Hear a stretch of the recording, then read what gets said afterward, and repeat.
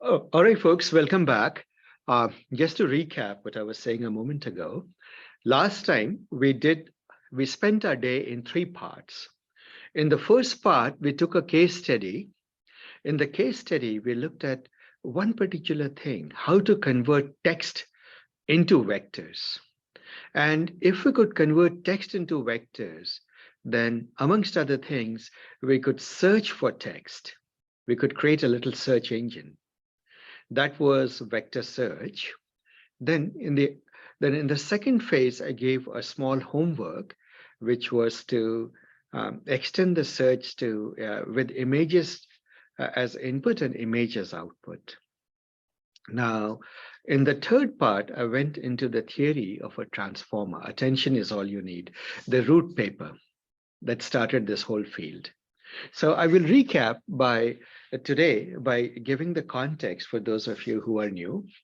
See, natural language processing, as a recap, what is natural language? Language is what human beings speak, or whales speak, or birds speak, right, or dogs speak.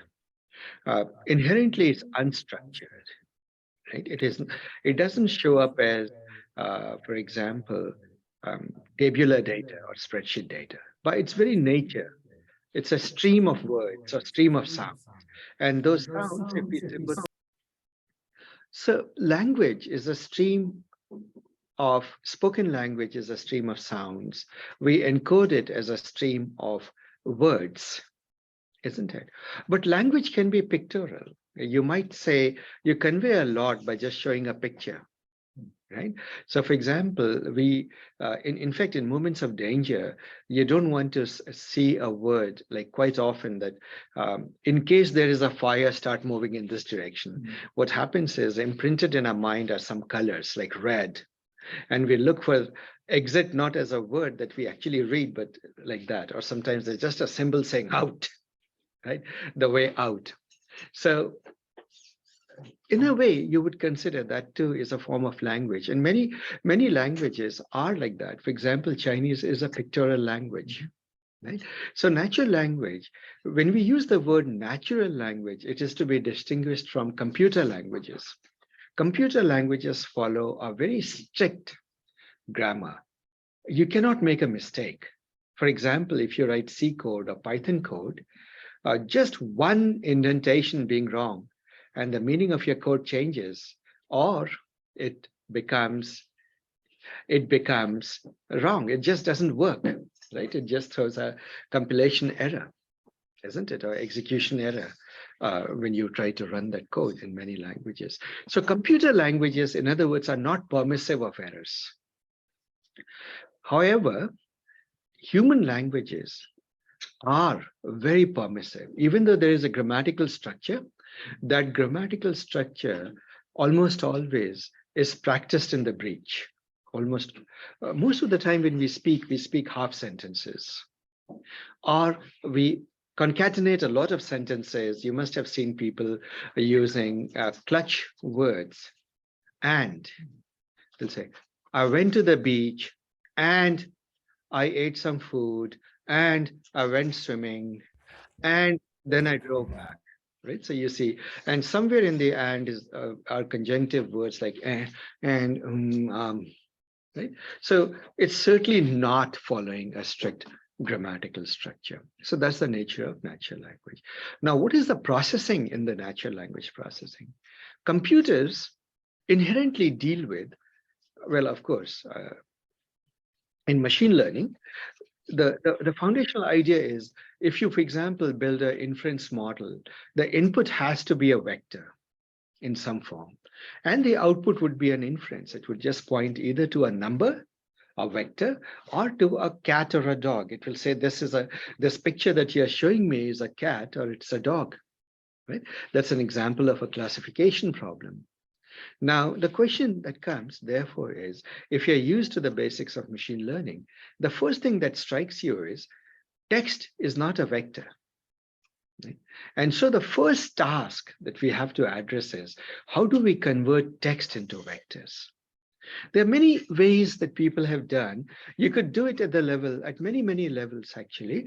You could do it at the level of a word. Convert each word into a vector. And those are called word embeddings. Whenever you convert it into a vector, what does that mean? You imagine an abstract, a latent space, n-dimensional space, and for every word, there is a corresponding point in that Cartesian space, n-dimensional Cartesian space or d-dimensional Cartesian space. And so there is a, to the extent that you can connect the origin to that point, you get a vector. And you say the way you want your machine to learn, the AI to do things is, you want it to pick up the semantic content of words, right? You want to make sure that the word dog and canine are proximal to each other in that space. But the word dog and truck are far apart relatively because, well, dogs chase trucks, but let's say dog and checkbook. Well, that too may not work. Dogs eat checkbooks, but okay, something dog and star or something like that. They should be far off semantically. They shouldn't be related. Right? That's the basic idea. Now the question comes, how do we embed, take the words of a language, let's say English language, and embed it into a vector space, a latent space, in such a way that semantics is preserved. In other words, words that mean similar things are proximal to each other, right? That is the job of machine learning or artificial intelligence or neural networks or so on and so forth. That is what you're saying. You're asking an algorithm to somehow read a lot of text.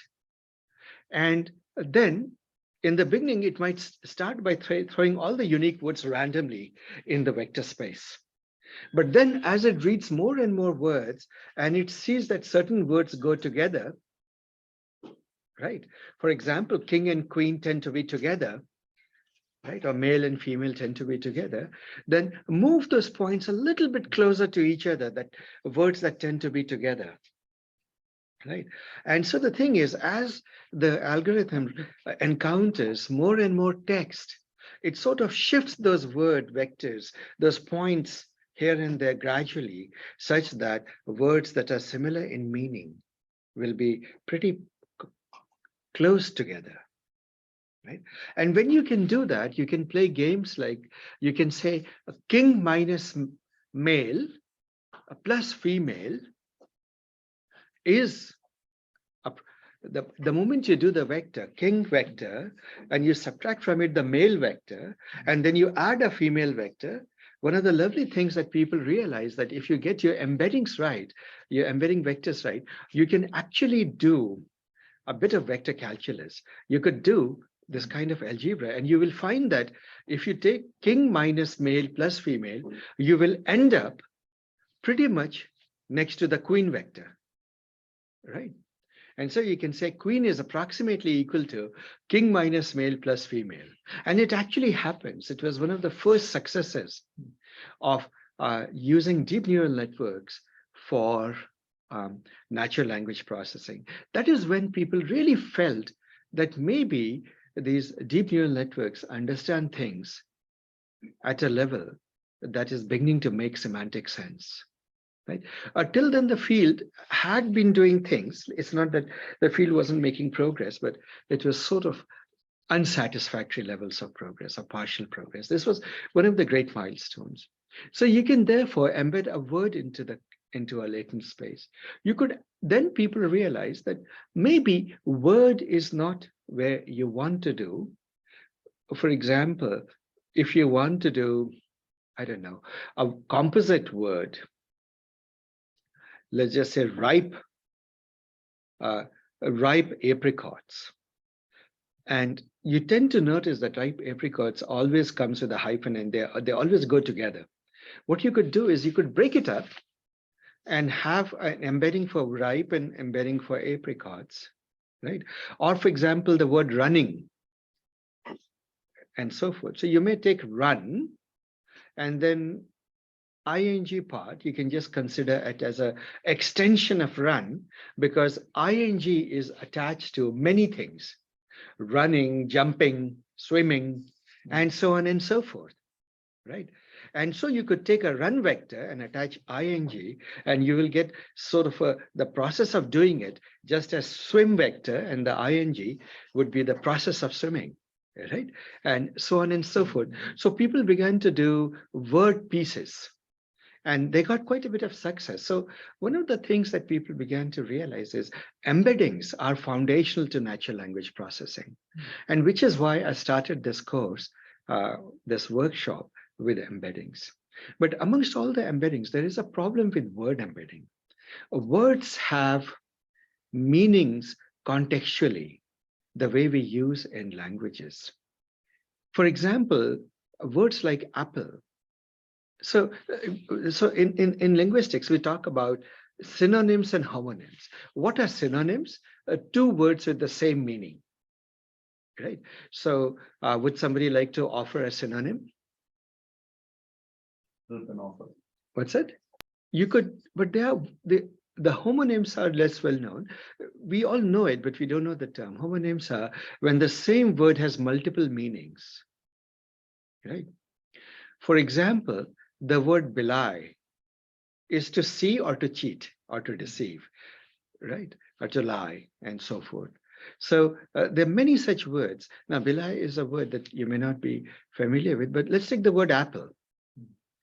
To folks here, the moment you think Apple, immediately you begin to think of a lovely little laptop, right? MacBook or something like that, or iPhone or something, hardware. But to the farmer, it's a fruit, right? To the poet, if you say, she's the apple of my eye, you think of a sweetheart, right? So you're thinking probably of a pretty damsel or something like that. So, well, there we go.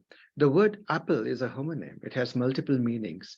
It is the context tells which of the meanings to pick up, right? So when you say looking for ways to grow ripe apples, you certainly are not going to create ripe laptops, isn't it? You usually don't put your laptops into the oven and bake it, right? Or put it in the ground and wait for it to ripen up. You're very specific. It has a farming context. So things like that. So one of the problems is when you create static word embeddings, you say, let me read a lot of documents, let me read the whole of Wikipedia and all the free novels in the world and free texts and stories in the world and generate word embeddings. So there are word embedding algorithms, word to vec and glove and so forth.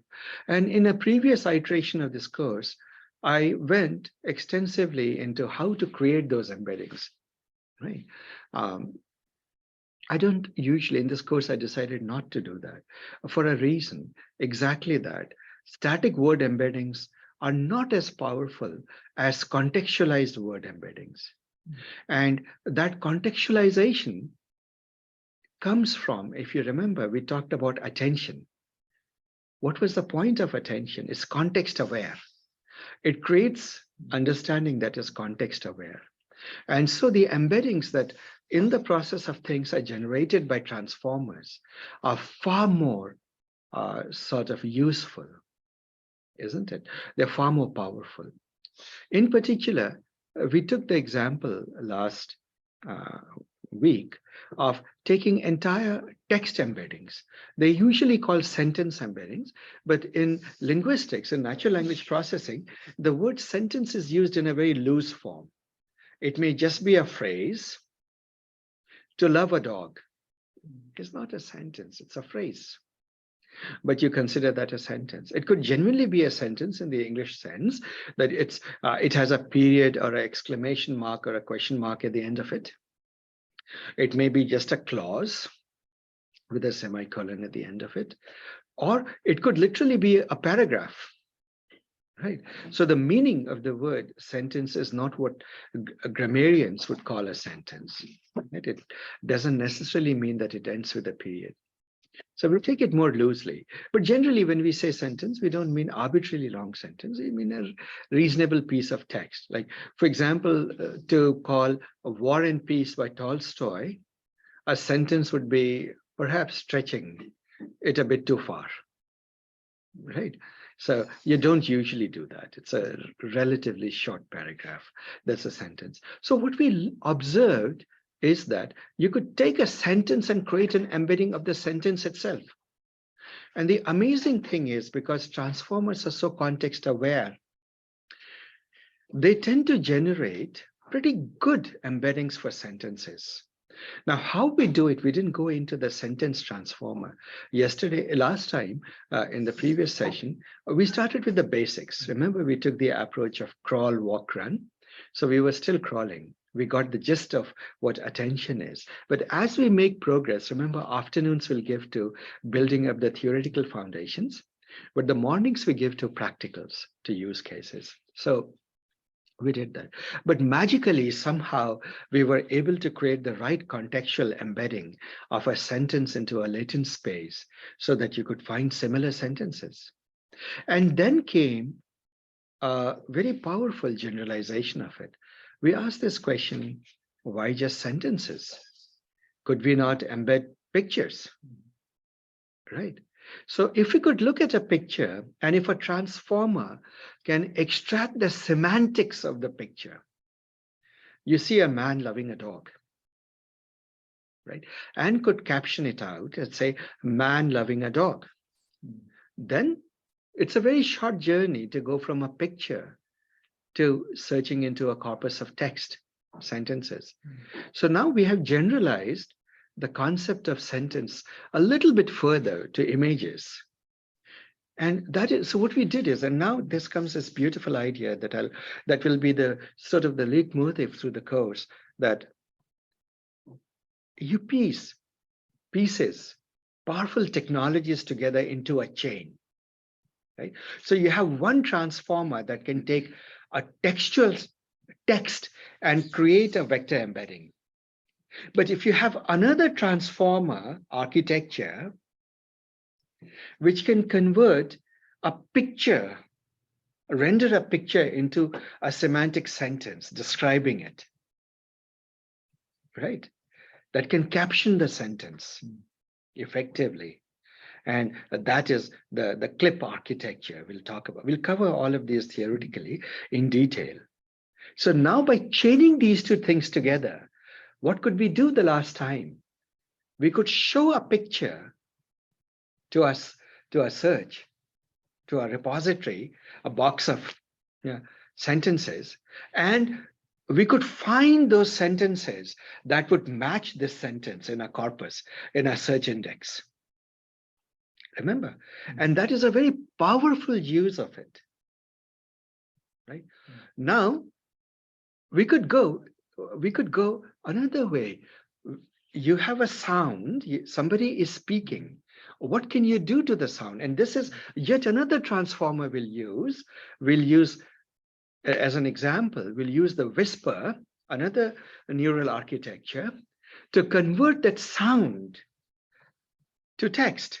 But the moment we can do that, what can we do? We can search a vast repository, isn't it? And find similar sentences here, right? So we could do that. Now, just with these ideas, see what else can we do? One of the things we did is we did a text to image search. How could we do that? We took a large repository of images, and then we do the semantic extraction from it using clip. Using that transformer, we then created a search index. Our search index was very naive. We literally created a list, and we did a nearest neighbor. We literally did a cosine distance to each of these pictures. Pretty brute force, right? But we solved the problem. And so what we could do is you could say to a friendship with dogs as a phrase, and suddenly out popped, if you remember, the pictures that represented friendship with dogs. I don't know if you guys were impressed, but I find that very impressive that today the AI can do that. And believe it or not, all of this power has come about only in the last 3-4 years, quite literally. Trillion pieces of text, or trillion pictures, or trillion videos, or mixture of all of them, pictures, text, videos, audio, sound bites. And I asked you, search for it. Forget that you know about transformers. Initially, just 5 years ago, how would you search? You would do image to image comparison would be horrendous, isn't it? Pixel by pixel comparison would be horrendous. And to be able to compare that to a trillion pictures is a hopeless endeavor, isn't it? Or yeah, I throw sound bites into the mix, or text also into the mix. Uh, Guys, you'll have to mute yourself. This is Farhan. Farhan, mute yourself. Yeah, that's okay. Now it's one of those Zoom things one has to get used to. So and yet I'm going to today we'll focus on taking the ideas of last week and scaling it out. And when we scale it out today, you'll literally reach a place that you can take and use it in your workplace. So what is the main problem? The problem is we do realize that we can convert, whether it's an image or whether it is a sound bite, whether it's a text, whatever it is, and whether it is genuinely a vector, a data, you got a data, right, as a vector. All of those you can do vector embedding of. Once you do vector embedding of, for each item, you get a vector. But if there is a ginormous number of vectors, now we will solve the problem. How in the world do you search through it? Right. Now, see, going back from vector to whatever it was, like returning a sound bite or returning an image is easy. We did that last time. In fact, your homework was to do image to image search, for which I'll show you the solution. Actually, the trick was the solution was staring you in the face. You just had to see it, isn't it? But anyway, we will do that. But the big question is, how do you search? Because I told you that when you compare two vectors, you use either cosine distance or dot product distance. Do you remember that? And why do we not tend to use Euclidean distance? Anyone remembers why we tend not to use Euclidean distances in in these situations? Anyone? Guys, have you noticed why all through our school we learn about Euclid and his distance? Delta x square plus delta y square, square root, and so forth.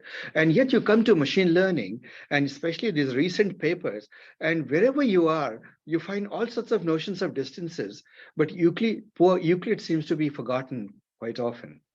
Why? You can have multiple points equidistant. Curse of dimensionality.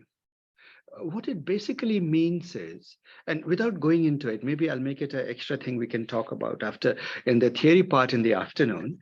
The curse of dimensionality is really, if you remember the Harry Potter stories, there used to be this very, very dangerous curses that could be put on you. And in the machine learning world, the most dangerous curse is the curse of dimensionality, because data comes as very high dimensional, like you do embedding in high dimensional space. In high dimensional space, the problem is there is just way too much space and all the points run away from each other, right? So when you so think about it this way. If you just think of a unit distance and you put 10 points together, they will be fairly proximal. Now I make it two-dimensional. You agree that if I randomly throw those same 10 points in 2 dimensions, they will be slightly further apart, right? In general. Now you make it a unit cube. They'll be even further apart. So what happens? There is just way too much space in 3 dimensions for those 10 little points, and they will be significantly further apart from each other. So imagine what happens when you go to 1,000 dimensions. There is just way too much space, and they are all lost in interstellar space, effectively. So the idea, the point is that your neighbors are pretty far off. In fact, you have to go really far to get your neighbor. Now we can quantify it in more. There's a very lovely illustration we can do at some point. But the main idea is that if you look in higher dimensional spaces, compared to you, all the other points are as far as they can be. So there are no neighbors, basically. right? So one example that I gave is when you mean neighbors, you mean the person living next door to whom you can go, if you have cooked something nice, you go and give some to them, right? On the other hand, neighbor doesn't mean, like, for example, if you're living in Wyoming or Montana, then a neighbor can easily mean driving 1 hour, right? To meet your neighbor. So higher dimensional spaces are like living in Montana. And so it defeats the purpose of finding similar sentences, searching for, because you're searching for neighbors, you're not searching for that. So Euclidean distance, as in as the bird flies distance, doesn't help you. So when it doesn't help, what works? The degree of alignment. What you say is, in the semantic space, what if we were reasonably sure that 2 points that are semantically similar, they are in the same region of the sky? All right. Now, sometimes you see two stars in the sky. You know that one is dimmer than the other. One is probably hundreds of millions of light years away compared to the other, right? And yet they are along the same direction. They're more or less aligned. So what if you could train your network to learn things in such a way that the alignment captures semantics? Then you could take alignment-based measures like cosine distance, and you could take dot products and so forth, which is why those two tend to be favored. Now, as a practice, some people, what they do is, which is preferable? Cosine distance tends to favor shorter. It's just an empirical thing. You can check it out. It tends to favor texts that are shorter, right? Why? Because we will write short queries. And so if you have another query that's somewhat shorter, in your index, you'll have lots of short data points. They'll be much easier to be near it. What will dot product do?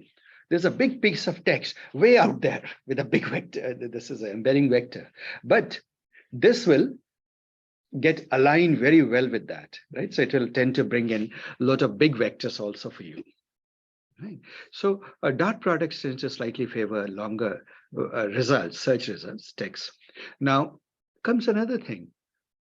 Sometimes what people do is they normalize the vector deliberately. They say, before I index it, I will take every vector and divide it by its magnitude. So what is a vector? It's made up of a magnitude and a direction.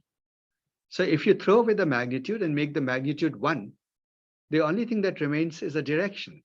So it becomes a point on a hypersphere.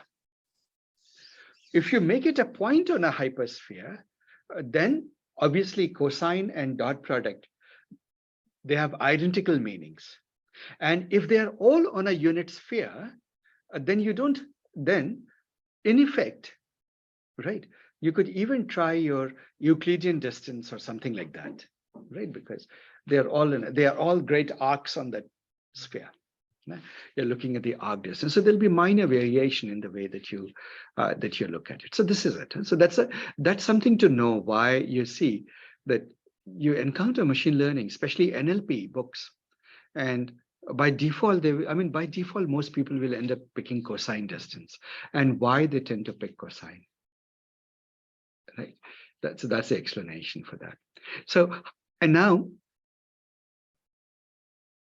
we were at a place that, so whichever distance measure you take or similarity measure you take, you realize that if I have a query, and whatever the query is, whether it's a text or whether it's an image or it's a sound, and I can convert it into a vector or do the embedding, to use the formal language, I can create an embedding or the latent vector representation, vectorize it. Then that vector, I need to compare with every single billion vectors or trillion vectors in my database. To do so, would you call that an effective methodology? You wouldn't. Right. So here is a bit of a history, guys.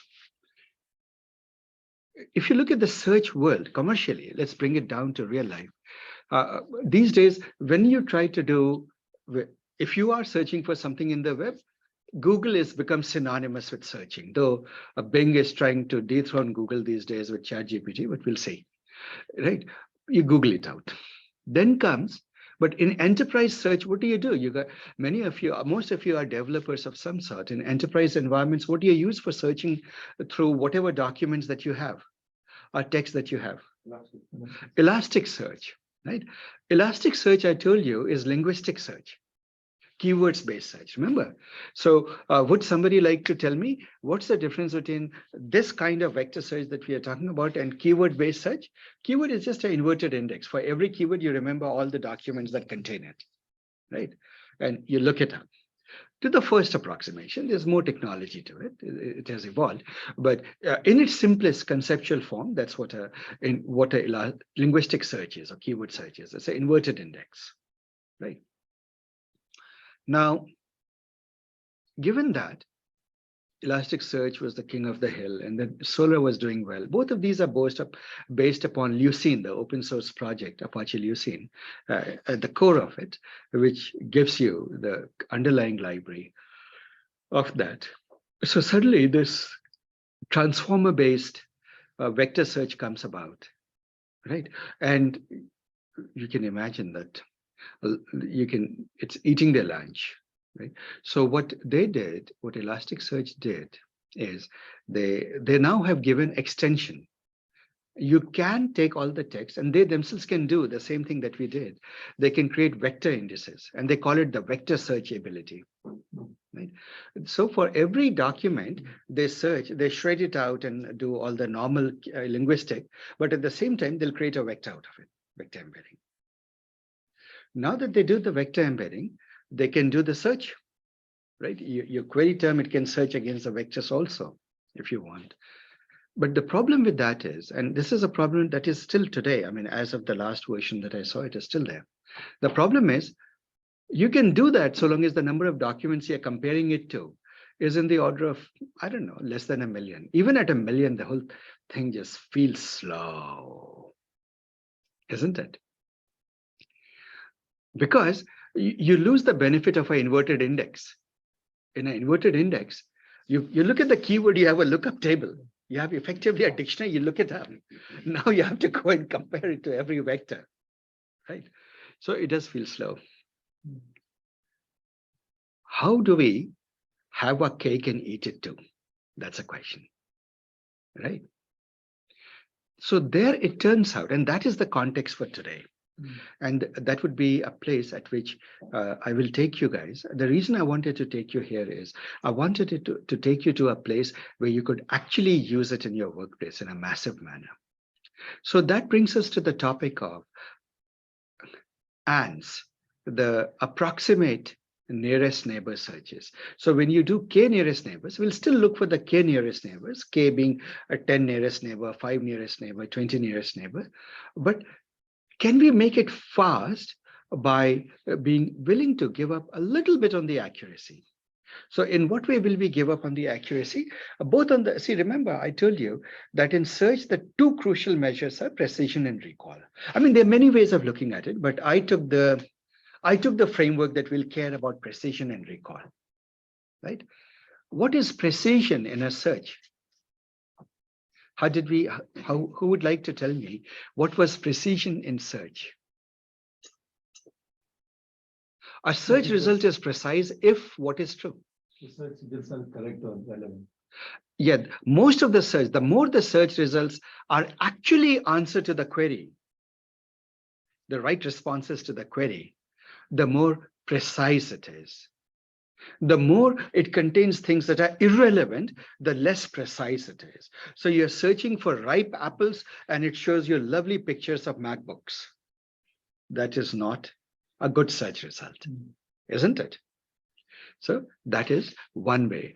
The other is recall. What was recall? It's like if you have 10 items, how many show up? Like you have like 10 and 9. Yeah. So suppose I knew, because you're the magic fairy with global knowledge, you know exactly all the billions of documents that you have indexed or gazillions of documents that you have indexed. You know that for this query, which ones really should show up. Amongst other search results, irrelevant results can show up. Recall doesn't care. But it says that I know that there are 10 of these that must show up. And yet, when you get the result, only 3 of them shows up. That is a poor recall, right? By the way, is this real? It is to the topic of approximate nearest neighbor. So obviously, you have to give up on something. So if you could give up a little bit on precision and recall, very little bit, you would have the cake and eat it too. But how much do we give up? Well, theoretically, you can give up an arbitrary amount.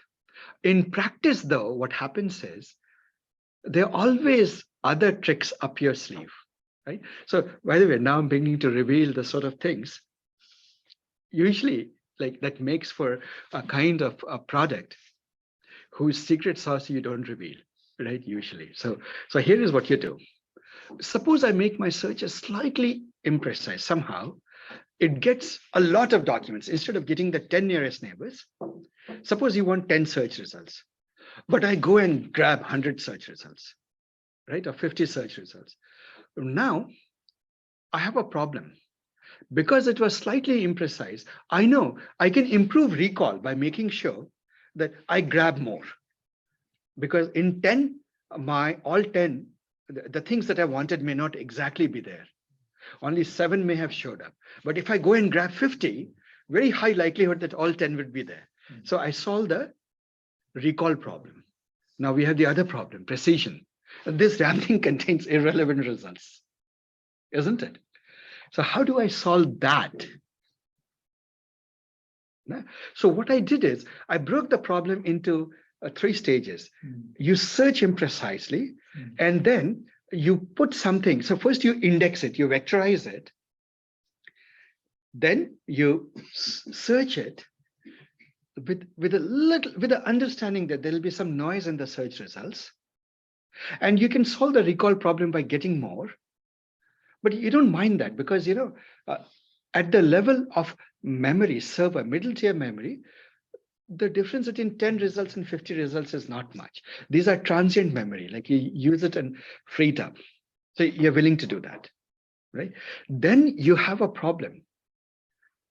You need to re-rank in such a way that the top 10 are the most precise. You need to improve the precision. You solve the recall problem by getting more, but you have to solve the precision problem by re-ranking. Am I together, guys? And if I could do that, what have I achieved? I have done lightning fast retrievals, but while I was scooping into that big pile, I managed to get some dust also, right? But I know that my gems are there. Then all I need to do is shift through it, right? It is almost like you're shifting through that and letting the dust fall off down, and at the top are the search results that you want to serve. And if you do that, do you see, guys, what we have done? You have Can you repeat what you said? First you said vectorize it, put it in a big pile. There's a problem with that pile. But now you have to intelligently design that pile so that you can do very fast retrievals. But when you retrieve, you will get your gems, but you'll get some dust also. In other words, you will get some not so relevant results. But then suppose you want 10 results. No, we'll come to that. We'll come to that. That's the whole technology of approximate nearest neighbor search algorithm, right? And I'll give you ideas on how to do it. But imagine at this moment at the hand waving level, first, you could scoop in, but the problem is you may miss some and you may get some irrelevant ones. It's approximate. Well, the two axes that you want to improve upon are precision and recall. Recall you can address by getting more. So you're willing to burn some CPU cycles, some data retrieval and bandwidth and so forth, but getting more. Now you got all your gems. You're getting that, Albert, right? You get more. So instead of 10, you get 50. You probably, by empirically, you can establish what is a good number to get from, right? Given the fact that you need 10. Now you do have a real problem, though. You have also retrieved a lot of junk, right? So you need to sieve through that and pick the gems. And can we do that? So how would we rescue this problem? right? So where is the knight in shining armor that can solve this problem for us? Make a guess. We can brute force search again within that same time. You can brute force search again. Yes, because you have only 50 to compare to. Excellent answer, Shishinder. Because you're not comparing against a trillion. You got 50. So long as to the trillion you can come back lightning fast, your query vector can now be precisely and exactly compared to re-rank against just this 50. But actually what you do is, to do this even in a better way, right? Not to have to do even this, you use the knight in shining armor that comes to your rescue is yet another transformer, right? So one lesson you'll learn in this world soon is it's transformer all the way. Right? It is yet another transformer architecture that will help you re-rank.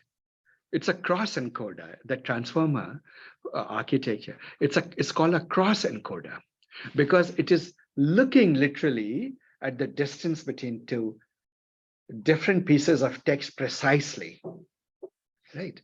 And coming out with an answer simultaneously, right? So what happens is that, see, the reason you use, so you ask this question, why can't I just use the cosine distance? I have just 50 of these, right?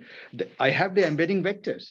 The problem with embedding vector at this level is, see, when you generated embedding vector, you assume that perfect embeddings were generated, but it is not perfect. What you could do is you lost actually a little bit of performance or goodness of fit because every text was individually embedded.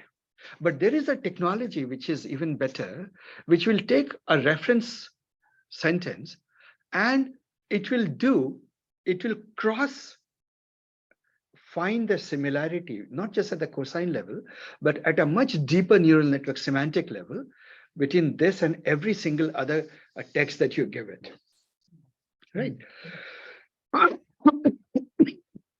To make it more real, imagine that it has a very complicated way of assigning probabilities of two vectors being similar.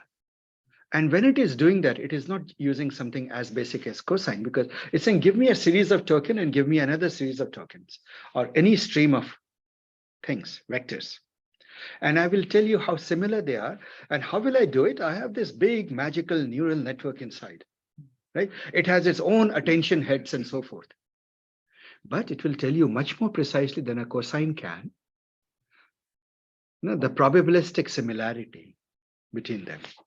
And that is yet another cross encoder transformer. So now let's look at the journey that we are taking. What we are saying is so that's why, do you remember me using a sentence? I've taught you semantic search, the half of it. Did I say that last time? That half of it is actually pretty much what Elasticsearch as of today uses. But the best part is not that. The best part is what we are going to talk about today. Because you want to do it at genuine industrial scale. That is just shocking fast. And you don't want to lose. You want to have your cake and eat it too. You want to get back your precision and recall. And that's when you have a full solution. Are we together? Right. Go ahead, Albert. Killing all the intelligent people. Vector cosine search across a large corpus of documents in the vector space. Now, and of course, doing what the history of this sentence bird that you used in the first lab was, before that, people were trying to use what you would today call a cross encoder to do search given the text across all the other texts in their corpus or images in the corpus, and they knew that it just is very, very good, right? This transform, that thing produces wonderfully good results, search results. Problem is, that is simply just not scalable, right? Performance is horrendous. Why? Because even one query is expensive. That query gets hugely expensive when the bigger your corpus, and it gets even more expensive when you take in vast, traffic of queries. So you cannot take it to web scale at all. or enterprise scale at all. So if you start from that point, see how well the problem has been solved. Such a big problem is solved. First, you take the intermediate step of embedding everything into a vector space. Now, vector comparisons are cheap. Cosine comparisons are cheap, but even not cheap enough, because if your corpus is big and you're getting a lot of web traffic, that is expensive. You bring in another piece of technology. You do approximate nearest neighbor search. You get back the results. You realize that you may have lost a bit too much in terms of your precision and recall. Then you bring yet another piece of technology to improve upon that, right? So that is your intellectual journey for search, right? And we are, as an NLP exercise, our first case study was to create effective search engines. Right? We'll do that. So with that, let's get to the lab. By the way, guys, is all of this looking interesting to you or not? This is a hand-created cop, right? These are some of my favorite poems or sentences, and I took it. If you are in the, people who are mathematical physicists or string theorists and so forth, you have to absolutely swear by Alice in Wonderland. Everybody loves Alice in Wonderland, right? And Through the Looking Glass and so forth. We named our theories after Alice strings and whatnot. So anyway, Jabberwocky, the poem. Tale of Two Cities was one of my, I don't know how many of you like Dickens. I absolutely love Dickens, right? So a couple of passages from that. Then Mark Twain, some things, Tweedledee and Tweedledum, again from Lewis Carroll. A few things, a few good statements on Golden Retriever. From that, can you guess which dog I have? How many of you have met my dog, by the way? None of you. I'll bring her next time. Oh yes, Kate, you have. I'll bring her next time. Oh, this is one of my favorite poems, Keats. I think of beauty is a joy forever. Attention is all you need. Literally the abstract of the paper that I explained last time. And Backprop, the Wikipedia explanation of Backprop. And a poem by Wordsworth and Full of Cares. And so guys, do you realize that I took a variety of text and we are going to search through them, and I made them hard. Then we went to the search. Let's do semantic search. And I'll quickly recap now. I'll make it brief. By the way, how many of you at least reviewed the notebooks once you went home? You did, right? Was it useful? Did you find any errors in that? It was useful. Right? And so this is it. The gist of it is embed it into a vector space, then just use vector distance measures to get your answer. We used cosine similarity and dot similarity. Now you know why.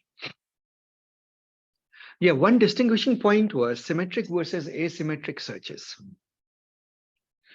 It turns out that it matters whether you have trained the embedding, the creation of embedding to search for short answers, symmetric, like query and this are more or less of the same length. So for example, question answer, much better to do perhaps with a symmetric way. I think we'll have to check.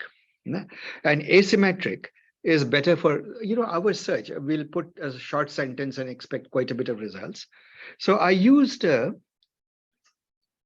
asymmetric model for that reason. And guys, this is one of those trade-offs that people don't, the SBIRT website mentions it clearly, but most examples that you see on the internet, you actually see them use not the right model for the use case they're doing.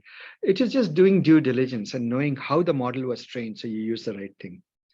So we create the embeddings. How do we create the embeddings? We read the sentence and a list of sentences and we create embeddings. And it is as simple as that, dot encoder. Right? We had 16 sentences. Each sentence has become a vector of what length? What's the length of the vector looking at this? 768, yeah. Go ahead, Albert. So how did you find this model? Oh, it's in the documentation on the website. I'll walk you through it. No, see, suppose you have a problem, like you said before, right? You don't use the right model. Oh, how do you do that? See, what happens is that you have two choices: either to take a sentence transformer from scratch and train it yourself. But that uh, so th- that is prohibitively expensive. You don't do that. What you instead do is you take a transformer that has already been trained by somebody, but for a specific purpose, and released. So when you release it, it is in the list of available pre-trained models. So a model is nothing but exactly the same transformer, sentence transformer, but trained for a specific purpose, a specific data set.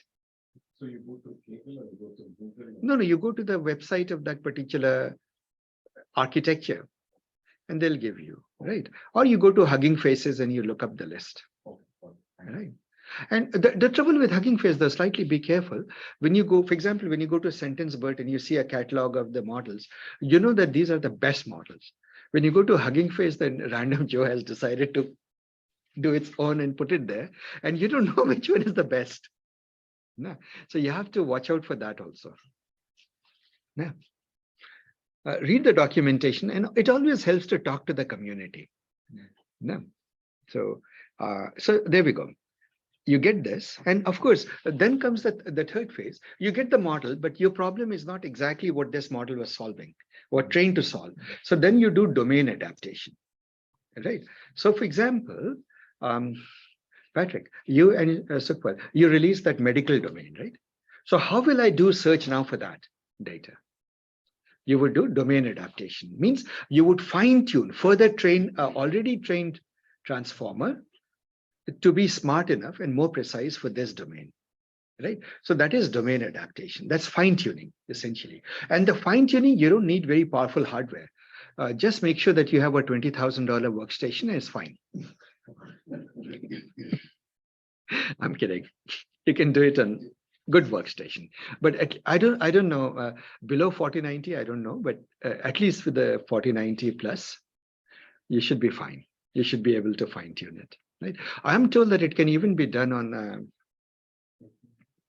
Studio M1. In the MacBook now they have released, you can do it, most of the, even Apple has recently released the framework for neural engine. So Yeah, the neural engine. Llama you can train on the Llama and so forth. Yeah, you can do all of that. and Yes. you can give your own text to feed it. Oh, okay. Awesome. Yeah. So there you go.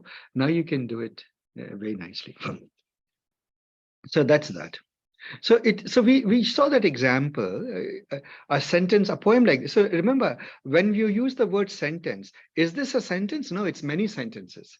But in the computational linguistic space or natural language processing space, sentence, even though the grammarians would be very angry, it's still a sentence. It becomes a vector. As you can imagine, this vector is indecipherable. How many of you see something very valuable or informative staring at the vector? I can't, right? So there we go. Then we did a query. Now I deliberately took a relatively hard query. I said, a friendship with animals. Do you realize that I did not say dog? That is too easy. I put an emotion there, some subject, some quality there, relationship, right? It's a friendship with animals. It's a positive relationship. It's an emotion there. And yet it was able to come up with answers, right? And observe something. And there's deliberately crafted it. You know, it has the word animals. What would, and if you go back to the corpus, if you did Elasticsearch, guess what would be your first search result? That text which has the word animal in it, isn't it? And I don't think I use the word friendship anywhere in the text. And yet, those of you who have a golden retriever would swear by it that the first result is the most relevant. Anybody has a golden retriever? Oh, good grief. I used to. You used to, yes. Would you agree that the golden retrievers are the angels and the lights of friendship? Oh yeah, she was very sweet. Yes.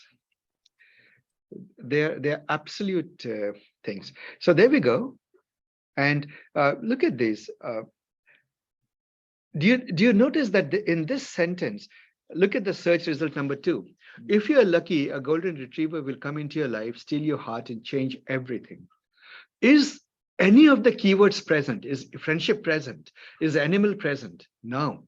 And that is AI search, guys. And that is the power of the concept that I was teaching you last time, attention. Right? You see where it is all coming from. Yeah, you can't connect all the dots yet, but you see why contextuality. The whole concept of attention is context helps distribute, differentially put a weightage on different things. Yeah, that was attention. That is at play. Right? Then you could give it a visual search, and this is it. And this search leads to what? It can search through text.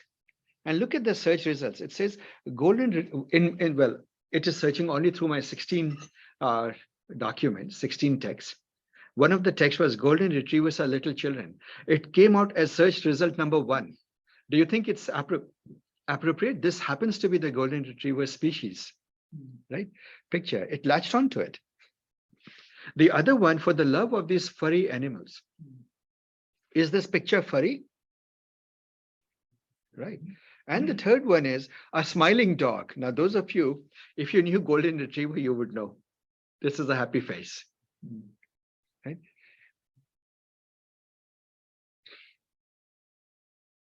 So anyway, this is a recap. Text as query. You could give query text and you could search images. Why?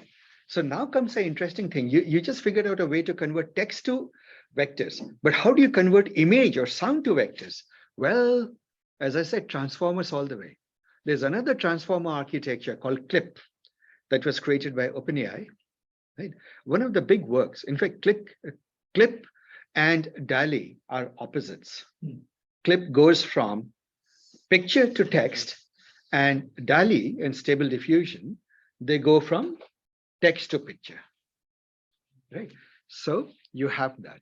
So DALL-E is also a transformer? Everything is a transformer. Right? As I said, transformer all the way. Right? AI has become NLP, and multimodal learning is now dominated by transformers. They're like. But we use Clip, right? Both they use Clip. Who uses? DALL-E. Oh yeah, they all use these things underneath it. Yeah.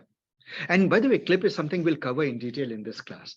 Both DALL-E and CLIP, their actual architectures will cover. Whisper, DALL-E, CLIP will cover. Oh, that brings me to one important point, guys. I realized that the pace at which I'm teaching, I have two choices. Either accelerate it quite a bit to finish it in 6 weeks, or extend it by a couple of weeks. I'm leaning towards extending it by a couple of weeks. Of course, right?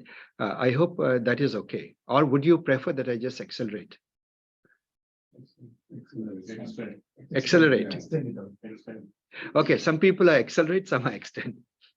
Okay, I'll do both. I'll accelerate a little bit. I'm going deliberately slow in the first. I will accelerate, and as needed, I'll extend it. So you create a search index, you do the prompts.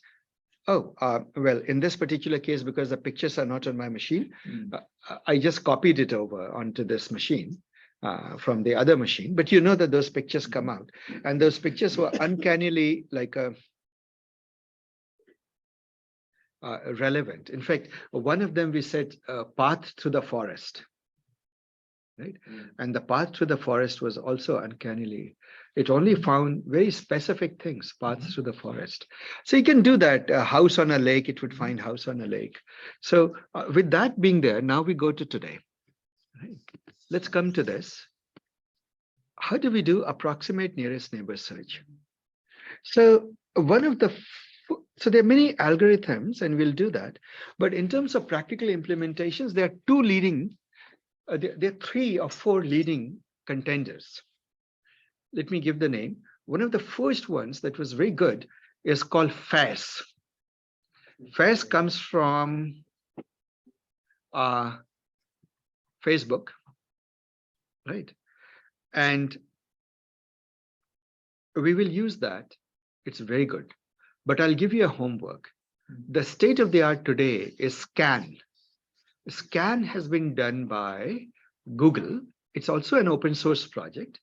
So your homework is to translate this lab. All you have to do is, instead of using FAS, use SCAN. So you become familiar with scan. So please take this down as your homework. Right. Now, with these things, because these are all computationally big things, like I said, it's, transformers all the way. This is one thing that's not a transformer, right? This uses a completely different theory of approximate nearest neighbor search, but we'll use this in between for doing it. You'll know when I explain the theory. So we will take the same thing. What I'm doing is, let's go through this code a little bit. Oh, no module sentence transformer. I think I tried to run it here, but okay. Guys, this first notebook, start running it on your machine at least as we go through it. So what am I doing here? I'm loading I'm loading that toy corpus of 16 pieces of text. Next is, let's look at this slide. From sentence transformers, import sentence transformer. Is that easy? Yes, doing it. Now comes FAS. FAS is a library. Now, one of the things is, what it does is, it also embeds your data into, think of it as a latent space. But how does it do it, and how does it find distances between points? That is decided by this index flat IP. What it means, I was initially going to explain it to you, but then I decided it would be far better. I'll make it as a homework for you to read. So read it, and then towards the end of the day, I'll explain these things. Right? But think of it as a way of putting it there and then finding neighbors. So what are we doing? I created a simple class to make it easy. This class needs a transformer. Why does it need a transformer? To a search index. Why? Because you need to convert sentences into vectors, right? Text into vectors. But right. So in the beginning, the simple FAS index, I just made it only for text, just to get the ideas across. So you need an embedder or the sentence transformer. What else do you need? Well, you need to know the dimension of the vector it produces, right? Then what I do is set position. Actually, this position is equal to 0 is irrelevant. You can forget about it. I also keep track of which documents, because if I'm going to index a document, in the index is going to become a vector. But what I have to return is not vector, I have to return in documents. So I need to create a list of documents available there, right? I take out the self.position, it's irrelevant. Now add to index. I've given you, oh, by the way, I've given, some of you may ask, what is all this list? It is called type hinting. Yeah. People like me who come from C++, Java background, we like to declare the type, statically typed language. We like to declare the type of each variable. So that's what I'm doing. It's optional. You don't need to do that. A lot of people don't do that. Though in my team, if you were a developer in my team, not doing so would be a fireable offense. So what you do is you add this document. So when you are getting some documents to index, the first thing you want to do is add it to your list of documents. And then you create embeddings from it. And then you go to the FAS thing, the ANN, and ask it to index it internally. By some magic, keep it. So does the add to index look easy to understand, guys? And then report what is the total number of documents you now have in the index. What's the size of the repository? Now let's look at search and see if it is easy to understand. I'm saying search, you give it a query text. Remember, it's very specific to text at this moment. I'm saying, how many search results do you want? For simplicity, I've said that if you don't tell how many, we'll assume 3. Python has this lovely thing, which I wish Java had or C++ had. You can give default values. Right? So you can query you can take a text, make it a query vector, and go into the index and find the approximate neighbors for it. Right? When you do the approximate neighbors, and then what do I do? What am I doing here? Can somebody guess what does this line do? I'm just putting it prettily in a pandas data frame, right? And when you do so, you will get something. You piano and not to the PD data frame. Is that still type hinting? Oh, yeah, that is right. You're saying that the return value is a pandas data frame. The arrow, what comes after the arrow is the return type. This is also part of the type hinting. Type hinting, yes, type hinting. It's very useful, guys. I wish I could convince everyone to use it. Right. The people who come from, see, there's a reason that all enterprise software, production grade, are written in C, C++, Java. They're strongly typed languages. You read anybody's method, your immediate function, you immediately know what goes in, what comes out. And sometimes you may not bother what mischief goes in inside the method. So long as it passes the unit test, it's fine. In VS Code, as if you can get Python to do strict type hinting, strict static type hinting. Yeah, you can. Yeah, you can force it to, yes. And there are tools that can take a normal Python code and convert it to type hinted code. Yeah, Pydantic and so forth can do that. So it's very useful, but do that. Yeah.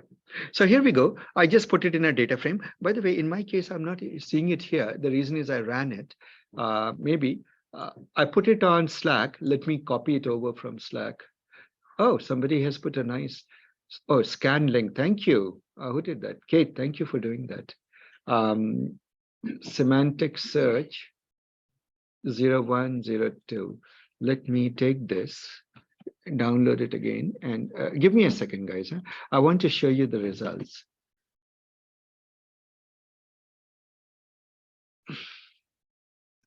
And I go to C drive.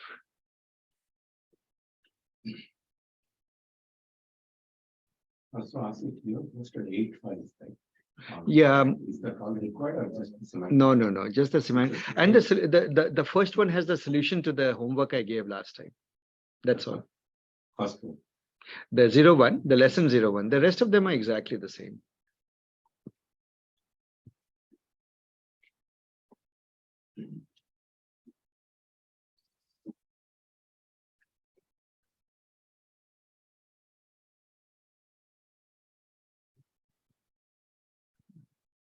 Let's go and get this, guys. And I'll run only this. Okay, guys, so here we go. What happens? I create this simple search index. And then in the search, I've created, say, this is one of the things in good object-oriented programming means you have to make it absolutely dead simple to the user. The user will do only two things: add things to the index and search for things. So there are only two methods: add to index and search. So this is it. It tells there are 16 vectors in the index. And then when you search for it, a friendship with animals, it returns a nice data frame. And would you agree that the results are good? Right. Yes. Yeah. So I said that approximate nearest neighbor is approximate, but in actual practice is very good. Right? You can be better. We'll use a cross encoder to be better, but it's in general very good. Yeah. Which is why actually you notice that most people. So here's what I see. I was just looking on the web, examples of semantic search. Most people just mention up to what we taught you last time on the internet. Some people go and they go into FAS and ANN. Most people haven't realized that FAS is old now. You should use CAN. Very few people realize that you can easily, cheaply improve your results by at the tail end of it putting a cross encoder, right? So that is the whole journey that you have to do. So here we go. Guys, would you like, you guys are not doing, do it as a project. Should I create a more structured project in which you do all of it? Or do you want me to release a solution in which all of it is stitched together? You do want that. Okay, I'll do that. So now, do we just search through this, or can we search through images also, image and text at the same time? So I'm saying that doesn't matter whether you give it an image or a text, the result should contain a mixture of text and images both. Can we do that? The answer to that is, of course, why not? We have done it the last time. And the only thing is we do it now with FAS. With image, there's one limitation at this moment. The clip version, you cannot search with long text. Your search query has to be relatively short. So, I mean, or let's put it this way: the what you can index, both the search query as well as the text that you can index, has to be limited. So here is what people do in reality, or actually what I did in reality. What I did is I use clip only for images, right? And I used a very powerful, the macro, the other one, for text. And I would do a merge. I would take a search query, right? And I would sort of scatter it to two different things. Then the search results would come, I would gather it back. Right? So I would do a scatter gather approach, because then I would have the best, because I can then sustain pretty long text pieces of text. And so I mean, so those are the tricks, but obviously this one doesn't. Here I put all of it together. So this is very easy. If you're adding some text, you would do this. If you're adding images, you would do this, right? And rest, when you search, you can, what do you need to do now? Not only do you have to save the text, but if it is an image, you have to remember that that text is actually not text, but it is the location, the file name of the image, right? And you have to also know, how would you know that? You have to have a Boolean flag saying that it's an image. So to do that, I created, what I'm creating a list of is not the text itself, but something called a document item, which tells whether the text is actual text or it's the location to an image. Make sense, guys? Yeah. So now I'm going to give you a piece of, and you can search. And when you do search, you can do it. Now, guys, I'll give you one thing. Run this. When you run it, you'll realize that there's one piece I didn't finish, which is a very easy one. In the column, the search results column, it will tell you the image file name. When it is an image, it will tell you the image file name. Not very good, because what you would like to see in that pandas column is the actual image, right? So I leave that as an exercise for you guys to figure out how to do, and show me, one of you, that you have pulled it off. Are we together, guys? This is the last one, right? Is the last one, yeah. And let me just tell you that indexing these images will, like, go to lunch after starting the indexing. It takes time. It takes about, on my machine, it took the better part of 7-8 minutes. I don't know how much it will take on your machine, right? Your mileage may vary. So this is it. Now, first, I encourage you to read it, and your other homework is redo it with scan. So there are 3 algorithms that you should know.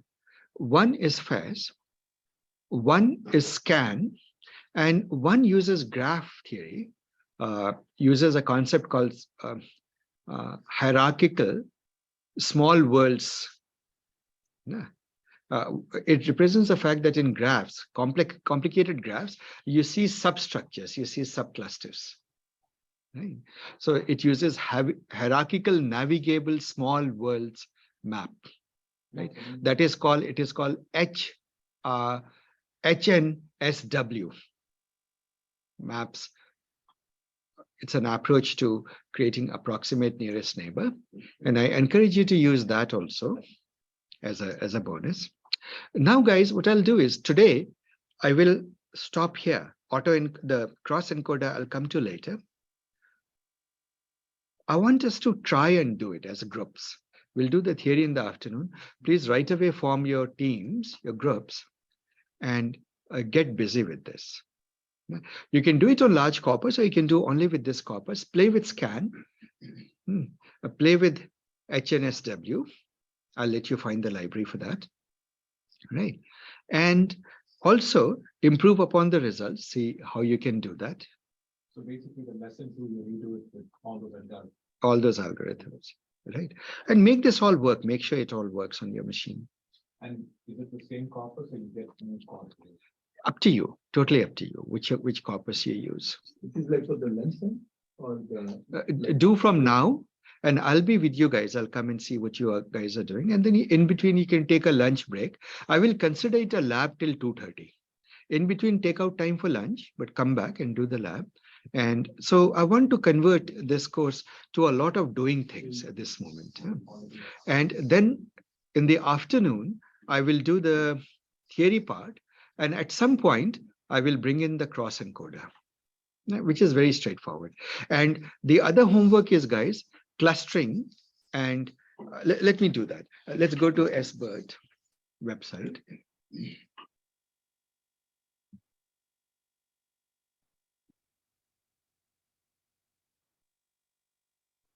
So read about cross encoders. At this moment, you won't understand the architecture. I can explain you the architecture later. Now, basic things like textual similarity, how similar are two sentences? You know that is exactly how search is done. But take these things, guys, even if you copy paste into your notebook, create your own notebook, understand it as a group, see what else you can do with it. Then do this, finding duplicates, and all of these little examples that are there, actually do it. And then there is, where is my clustering gone? Somewhere in here is clustering here. Do the clustering, right? It's important that you do that. The other important use case, guys, and I would really love you to do it, guys. I'm leaving a lot of time. See, suppose you have English sentences and you have, let's say, Chinese sentences, right? Or French sentences or Hindi. You know that the translation of this sentence is here, but you know that not only the word orders change in languages, even the sentences are written in different orders, right? Because it's not a literal translation. There is an equivalent sentence here. I give you this sentence in English and I say, which is the equivalent sentence in Hindi or whatever language that you prefer, right? Korean, right? Pick your language. In that language, which is the equivalent sentence. It's a very powerful use case, the fact that you can do it. Do you realize that what you can do after that? You can ask a question in English and say that I know that in this corpus in other language, there is an answer there. Find me the answer there, right?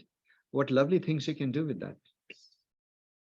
So please today, make yourself gurus of this sentence transformer thing, because it's the last day we'll deal with this. After this, we'll move on to other important. So next week, I'll start with yet another big use case. Okay.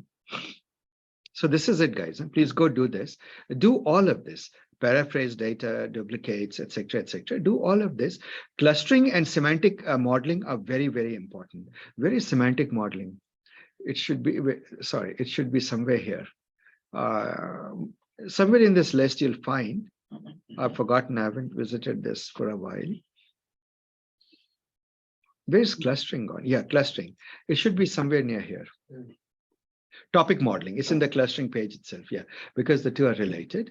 So do it, guys, please do it.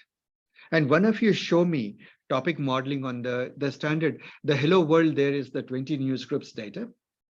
Right? Do the topic modeling on the 20 news scripts data. We add it in the same notebook. Or create a new notebook. What is this journey into transformers? If you recall, we said that we are in the age of transformers in AI. There is no doubt about it. When you deal with unstructured data, transformers are dominant. Right? They are used in natural language processing. They are used in computer vision. They're used for all sorts of multimodal learning.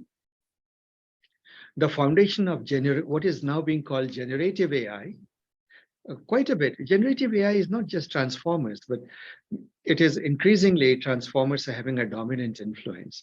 If you remember from the deep learning workshop, generative adversarial networks were also generative AI. Right? We could use some form of autoencoders also for that purpose, and so on and so forth, variational autoencoders. But for a lot of things in the natural language processing world, transformers do a very good job at being for the generative AI purposes. And We are going to cover all of those things in due course of time. Having said that, what are transformers? We realize that at the foundation of transformers is the key idea of attention and attention heads. So we wanted to know what attention is, what self-attention is, and what the transformer architecture is. To understand that, we took a simple translation model, a translation problem as a model to learn. Suppose you want to translate text from English to French. What would you do? You imagine that you feed English into a box, and at the other end of the box, French is coming out, or Hindi is coming out, or some other language translation is coming out. Now, how is that possible?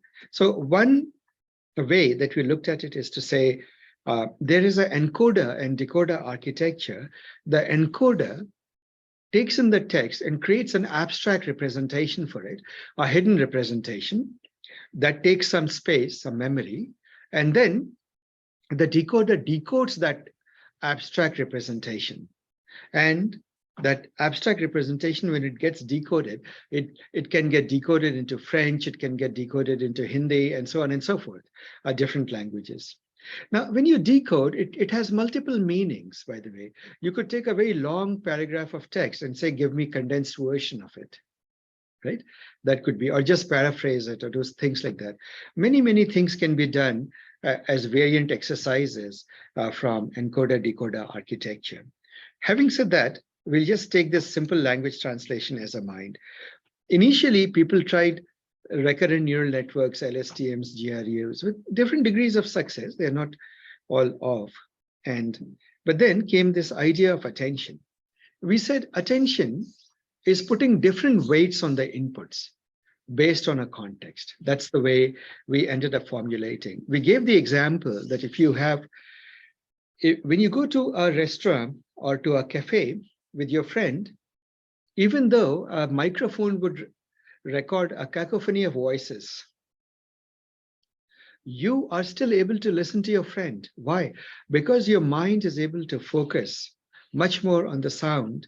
Your ears are able to listen preferentially to the sound from your friend, what your friend is speaking, and to some extent underweigh the sound coming from other sources, sounds coming from other sources.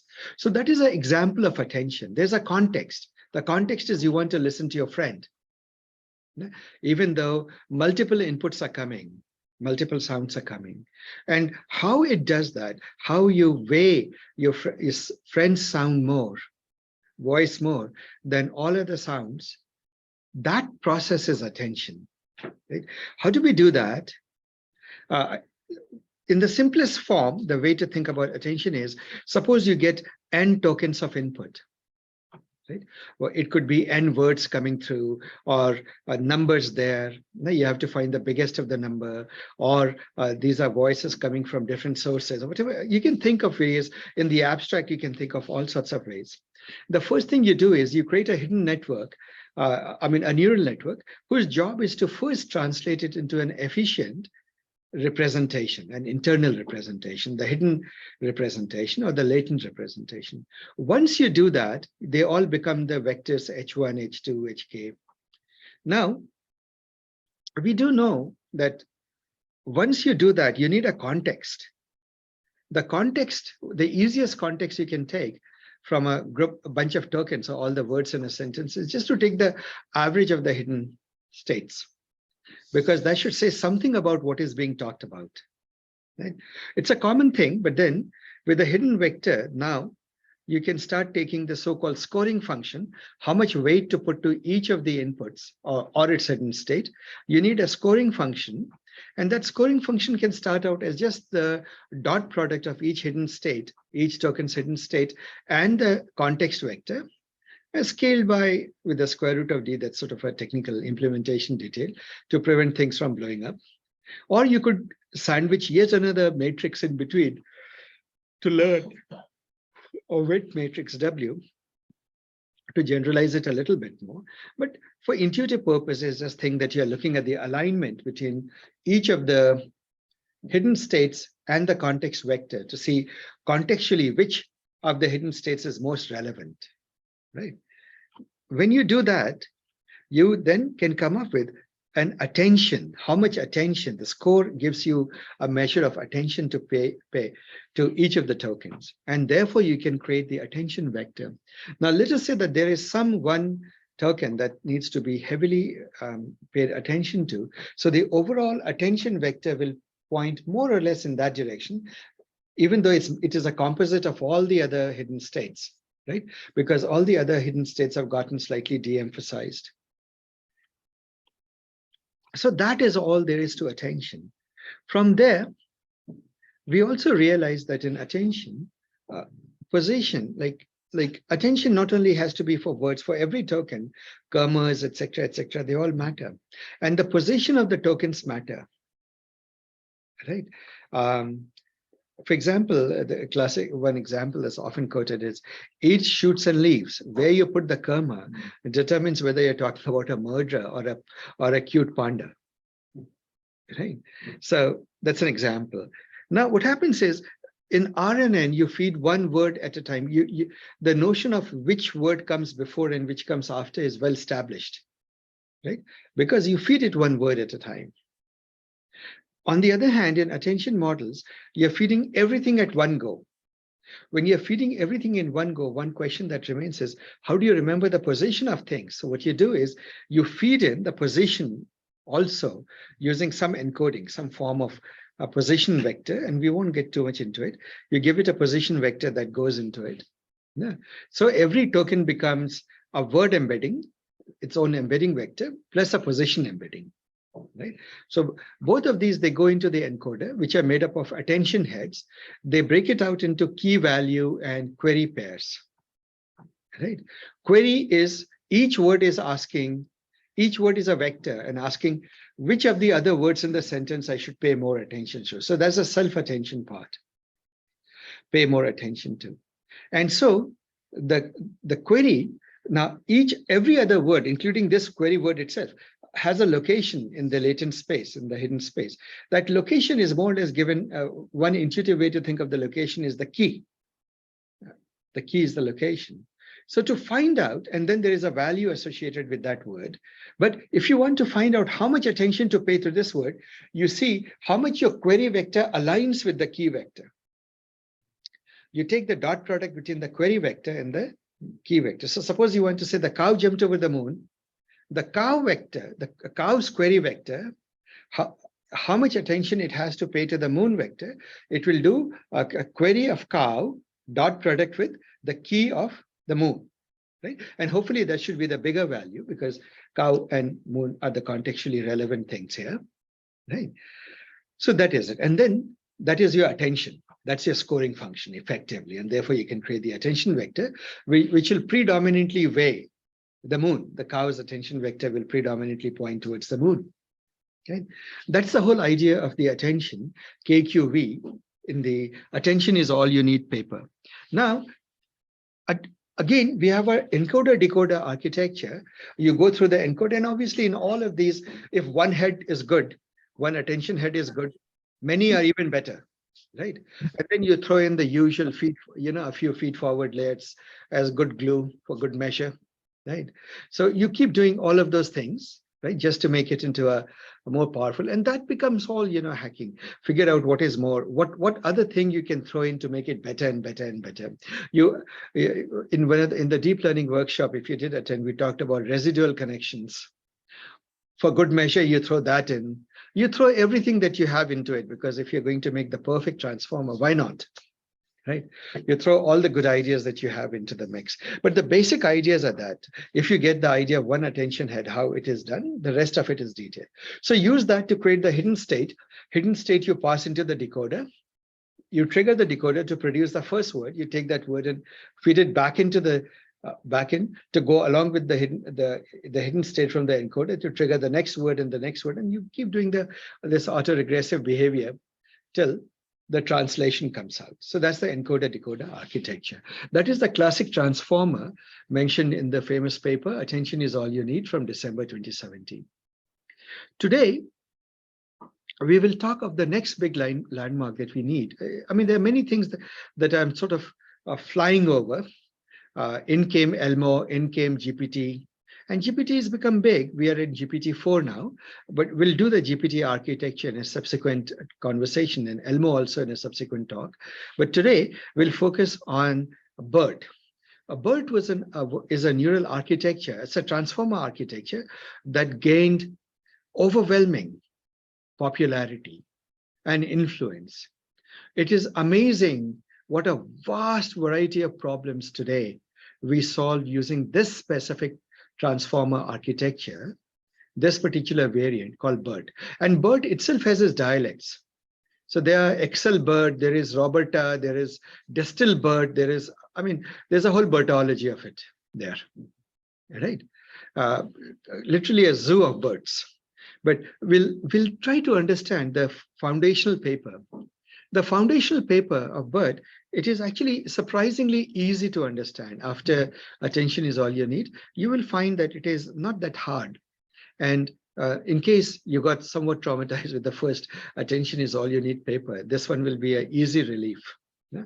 It's very, very powerful, and it's amazing how they are built upon simple ideas and pulled off so much. With that, what we said, the foundational ideas that we talked about were that transformers are an encoder-decoder architecture.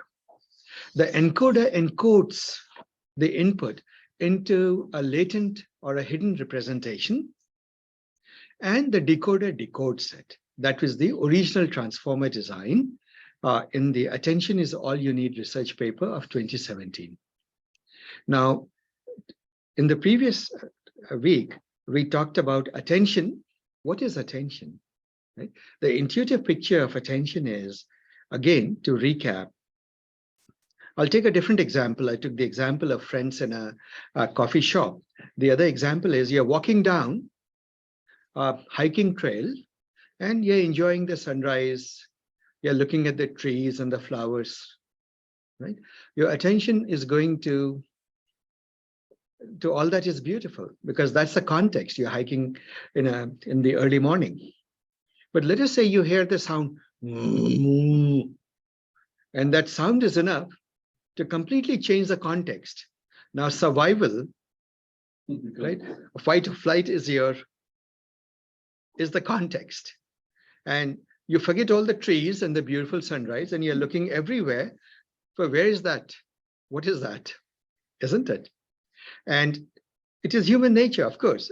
We are all, as primates, we are primed that if we notice, for example, a predator, if you were to find a tiger or a leopard peeping through the trees, we don't infer that there is a tiger and we need to worry.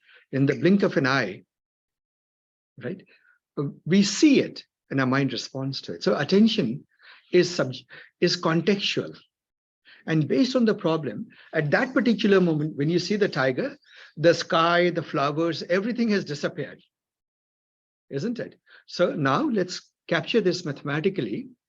What we are saying is, once we have a context, once we have a context vector, every input and its hidden representation, let's say ith input has a hidden representation hi, how much emphasis that is given essentially comes from the context. And you can say the amount of attention it gets is the dot product between the hidden vector and the context, the hidden representation of an input and the context, right? And so you would presume that the tiger gets a very high score, and at that particular moment, the scores for sky and everything else disappears. Right? So that is the gist of attention, the two key ideas. A context determines how much attention goes to each of the input pieces or a certain representation. And that attention inherently means that given many inputs, you give a differential amount of emphasis or attention to different inputs. Some inputs dominate in terms of gathering the attention. And that's why the word attention.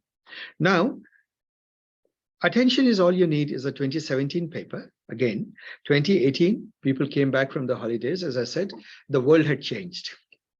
Almost everyone realized that the world had changed. But we are going through those times. The world is changing so rapidly, it's hard to catch one's breath these days. We will go back and look at one of the first architectures that came, one of the first, not necessarily the first. I have skipped over Elmo and GPT. GPT and Elmo are architectures. We are going to cover those papers, but we'll do it in a sequence. Today, I'm taking a relatively simpler paper, but profoundly influential. This paper brought about the BERT architecture. It's a transformer architecture, but using it in an interesting way. And when they did it, right off the bat, historically, this paper is 2019, May 2019. Just off the bat, it beat the state-of-the-art performance, the SOTA, for not just one problem, but practically a bag of NLP problems. It began to beat the state-of-the-art, which is a very remarkable feat. So the BERT led to many variants. There is, from BERT came, well, Excel BERT, right? Alberta and Roberta, not Alberta, Alberta is probably not there, Roberta, Distill BERT, and so on and so forth. There's a whole zoo of BERT variants, right? They are essentially the same architecture, but with minor variants, with same idea, but how many nodes, how many, how big, how many the parameters are, and so on and so forth. And obviously, these are getting bigger and bigger. The first paper itself talks about a BERT base, right? Something that you could run on your machine, and sorry, guys, you'll have to mute yourself. And something that is bigger, right? So there's BERT base and BERT large.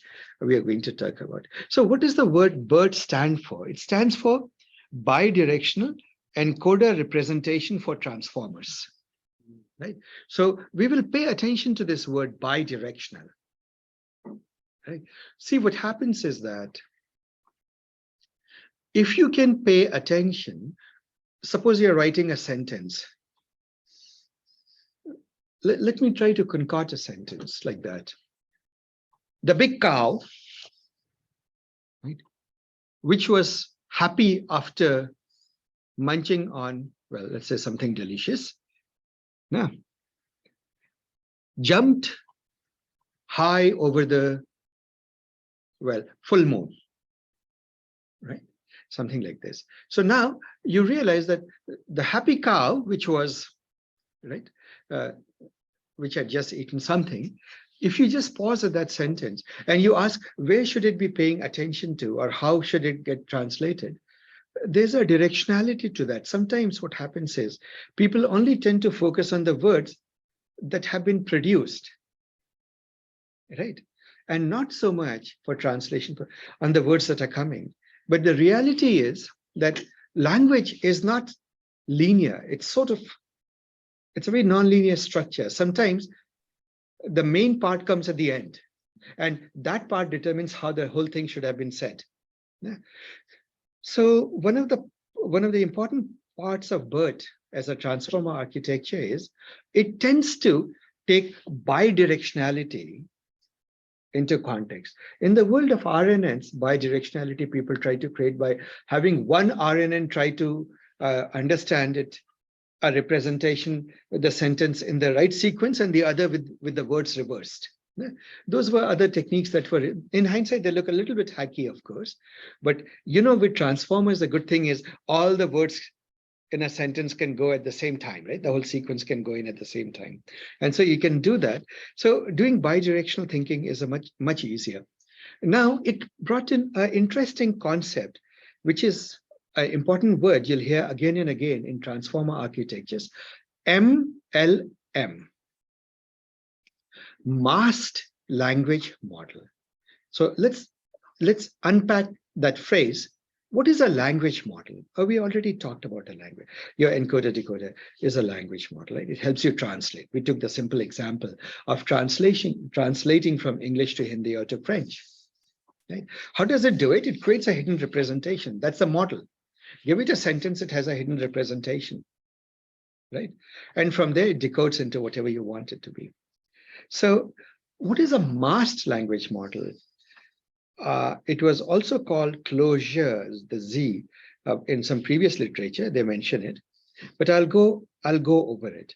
But what it did is, when it came out in 2019, it made such a significant improvement upon the state of the art on benchmark tests that everybody woke up and said, oh, what is it? Let's understand it. And we are going to do that today. Right? So are you all able to see my screen? It stands for bidirectional.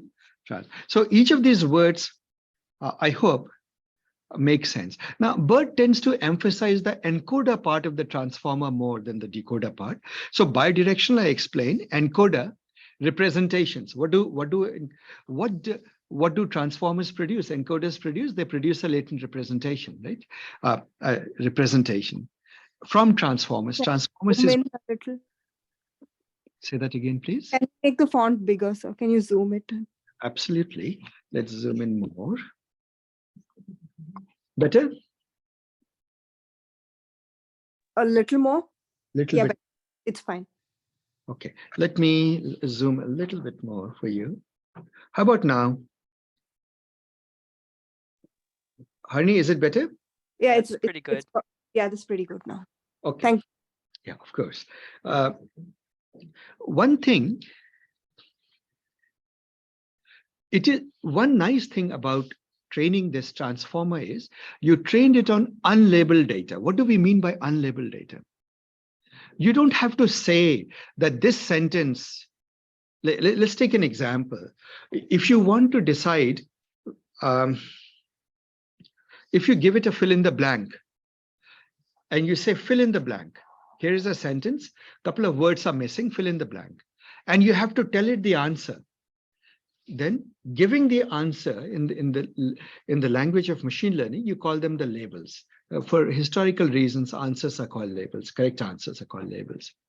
So it says that you don't have to give question and their answers. It can work on unlabeled data. Now, how in the world can it act? That is where the masking comes in. You can take Wikipedia, let's say. What is it? It's text or the book corpus, and there are many corpuses available, lots of text available. You can take any sentence and then hide one of the words or a few of the words. So for example, you say, suppose it was the happy cow, right? Jumped over the full moon in delight. So you could erase the word delight. You could erase the word happy what and jumped over what, something. A few of the words you can judiciously mask. But of course, if you mask too many words, the semantics will be lost altogether. It will be impossible to infer. But let's say that you mask a few of the words. And then because you masked it, you already know it, know what it is. So therefore, you have in a sense created a question and answer by just masking some of the words. To do so is to use the masked language model technique. That's all it means. The masked language model is a word that keeps coming up in this space, and it looks like quite a mouthful, like scary lingo, isn't it? But that's all it means. The technique of masking some and then asking, oh, giving it to the transformer and say, tell me, what was it that I am hiding? Right? And we do that. That's how we teach children quite often. Right? So to do that. So what we do is think about it this way. The basic idea is this. You take a transformer, this transformer, and just let's focus on this. You give it, so this is the intuition. You give it the sentence, the tokens, randomly go and hide a couple of the tokens. You feed it, and now you ask, what was that? What was that? So now it will say the way this, as all algorithms do, what do they produce? You are classifying. Now let's map it to normal machine learning. You have a corpus of English words, let's say. Let's say that your corpus is, we'll take a kindergarten vocabulary, 100 words. Let's say you have a 100-word vocabulary because we are talking about cows jumping over the moon, right? And you ask this machine which of these 100 words it is. What do classifiers do? They will say, we will ascribe a probability to each of the words. Right? What is the probability that it is this word? What is the probability that it is that word? Right? And therefore, you pick the word with the highest probability as its guess. typical classifier. So in a sense, you're classifying, you're training it to be a classifier of the masked word. Right? And that is the gist of this idea. And once you train this thing, so this is the training part. The amazing thing is, once you train it like this, it becomes capable of quite a variety of tasks. Not only can it infer masked words, but think about it. How is it inferring the masked words? It cannot unless it begins to understand the structure of the language and its semantics using the attention mechanism, which was the entire goal. And because it has understood it, now you could use it theoretically, and we can get into the details of how it does it. We can use it to do many things. We can use it to tell, for example, sentiment analysis. Because if I'm giving a sentence and it gets the semantics, it can tell that classifier. I can give it two sentences and say, does this sentence follow that or not? Entailment question, right? For example, I can say, it's a beautiful weather outside. So I went for a walk. One follows the other. You say, yes, it follows the other. And suppose I say, it's a beautiful weather. The screwdriver is 6 inches long, or whatever it is, right? Or the hammer is 3 pounds heavy. Does one follow from the other or have any relationship? You would want to give it a very low probability that the hammer has anything to do with your weather sentence. No, that is a problem of entailment. Does the second sentence entail or have any contextual overlap with the first sentence? Right? You could give it as a question answer problem. If there's a question and there's an answer, does the answer, the second sentence, in any way reflect?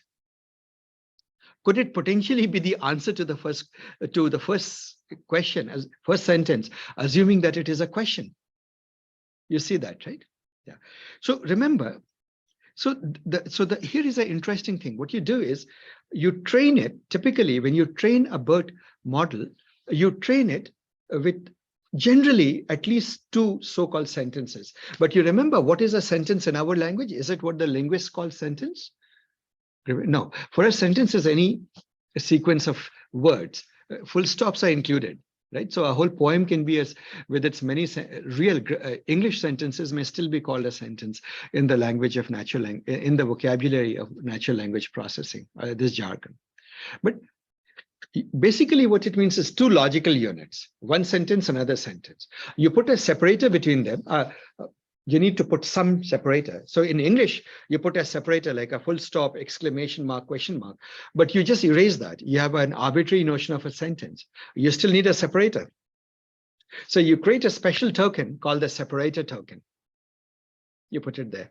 One more thing you do is, at the beginning of the sequence, you put a special token, which mysteriously is called CLS. Separate token is called SCP. Looks obvious why. But the first token is called CLS. What in the world could they be thinking about? Yes.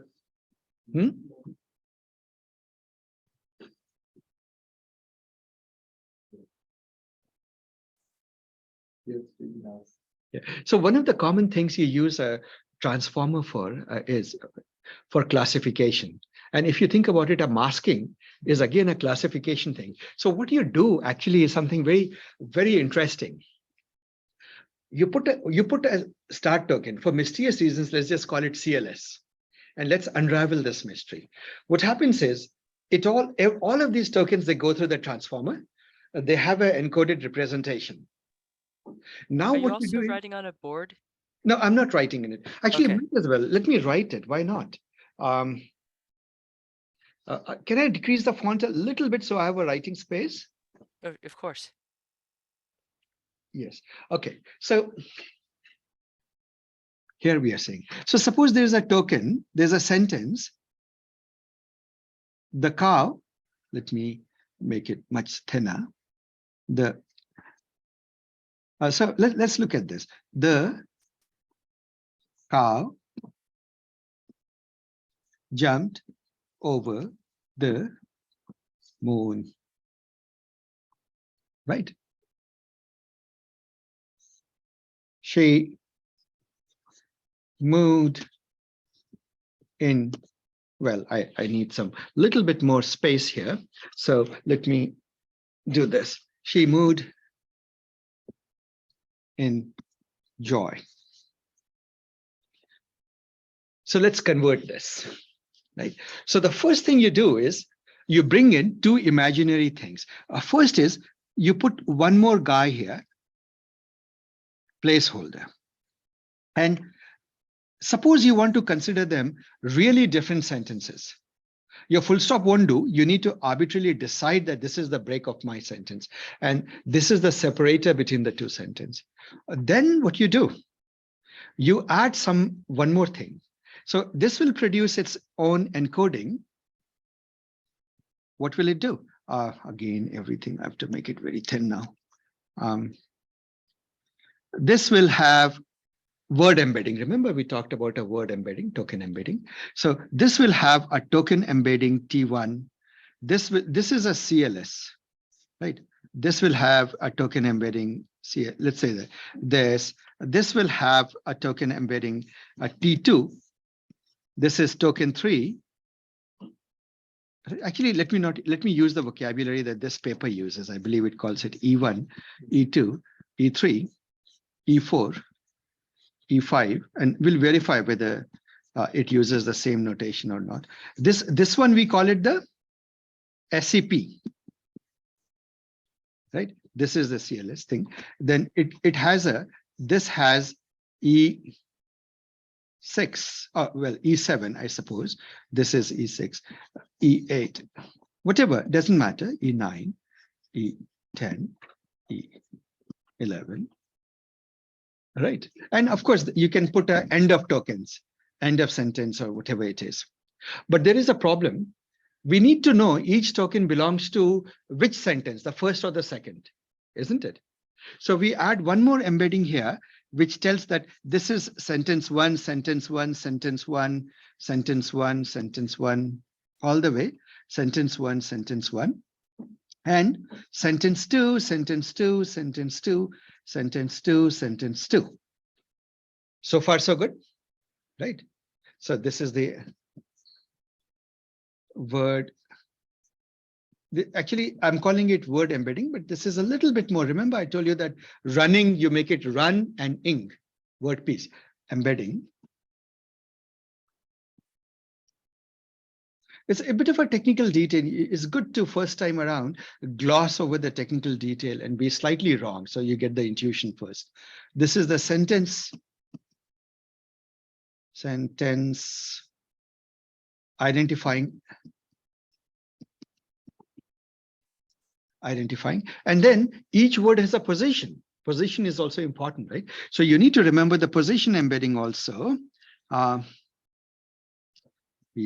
P1, P2, all the way to P5, and so on and so forth, P11.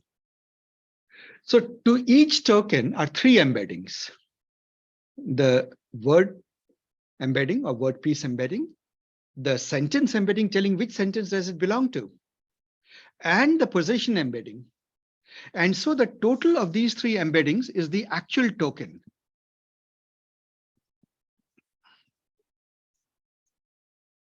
Are we together? You do this.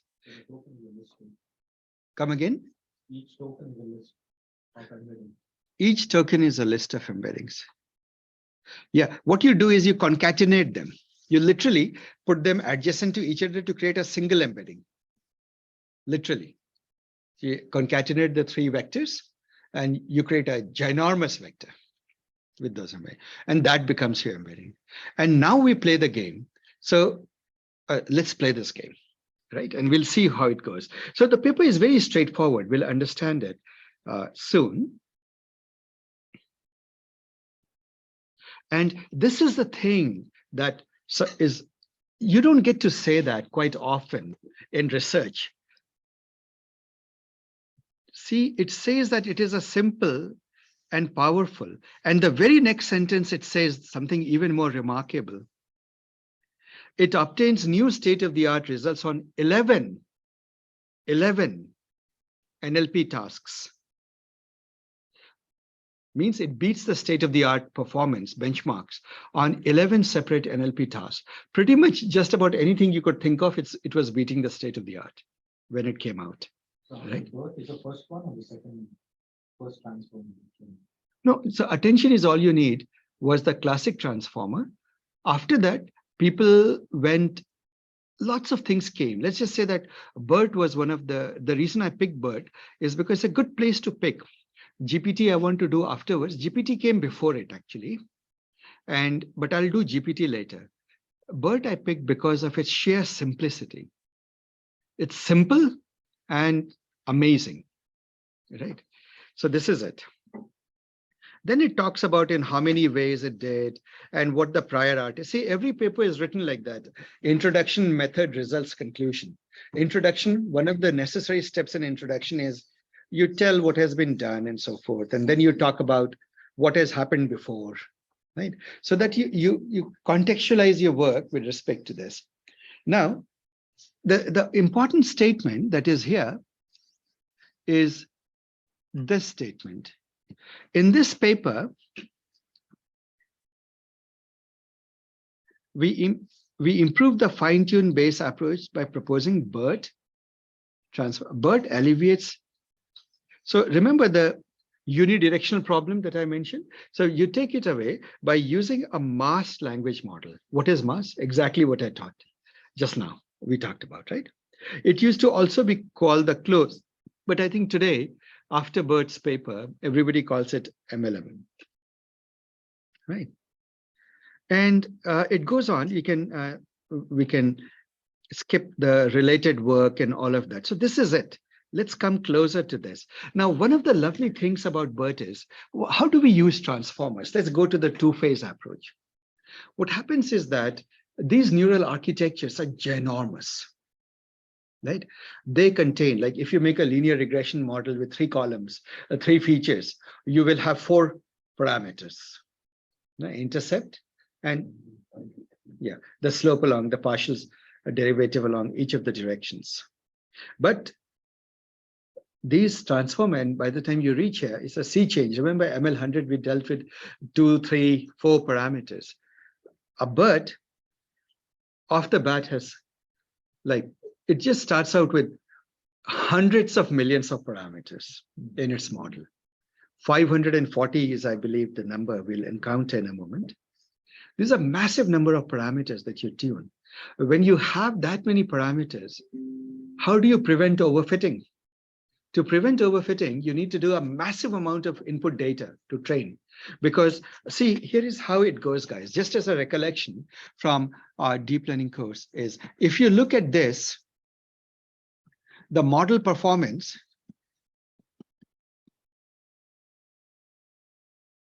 and the data set, size of data model is trained on.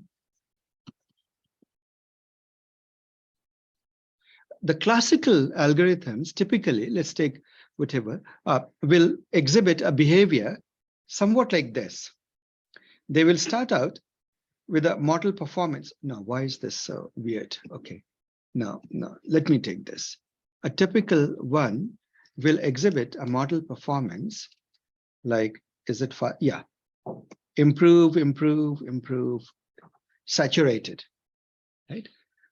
Model performance saturates after a certain size. Why?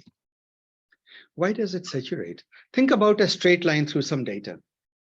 Once the data has figured out the best fit straight line, throwing more and more data at it is not going to create any change except very tiny perturbations of the line, isn't it?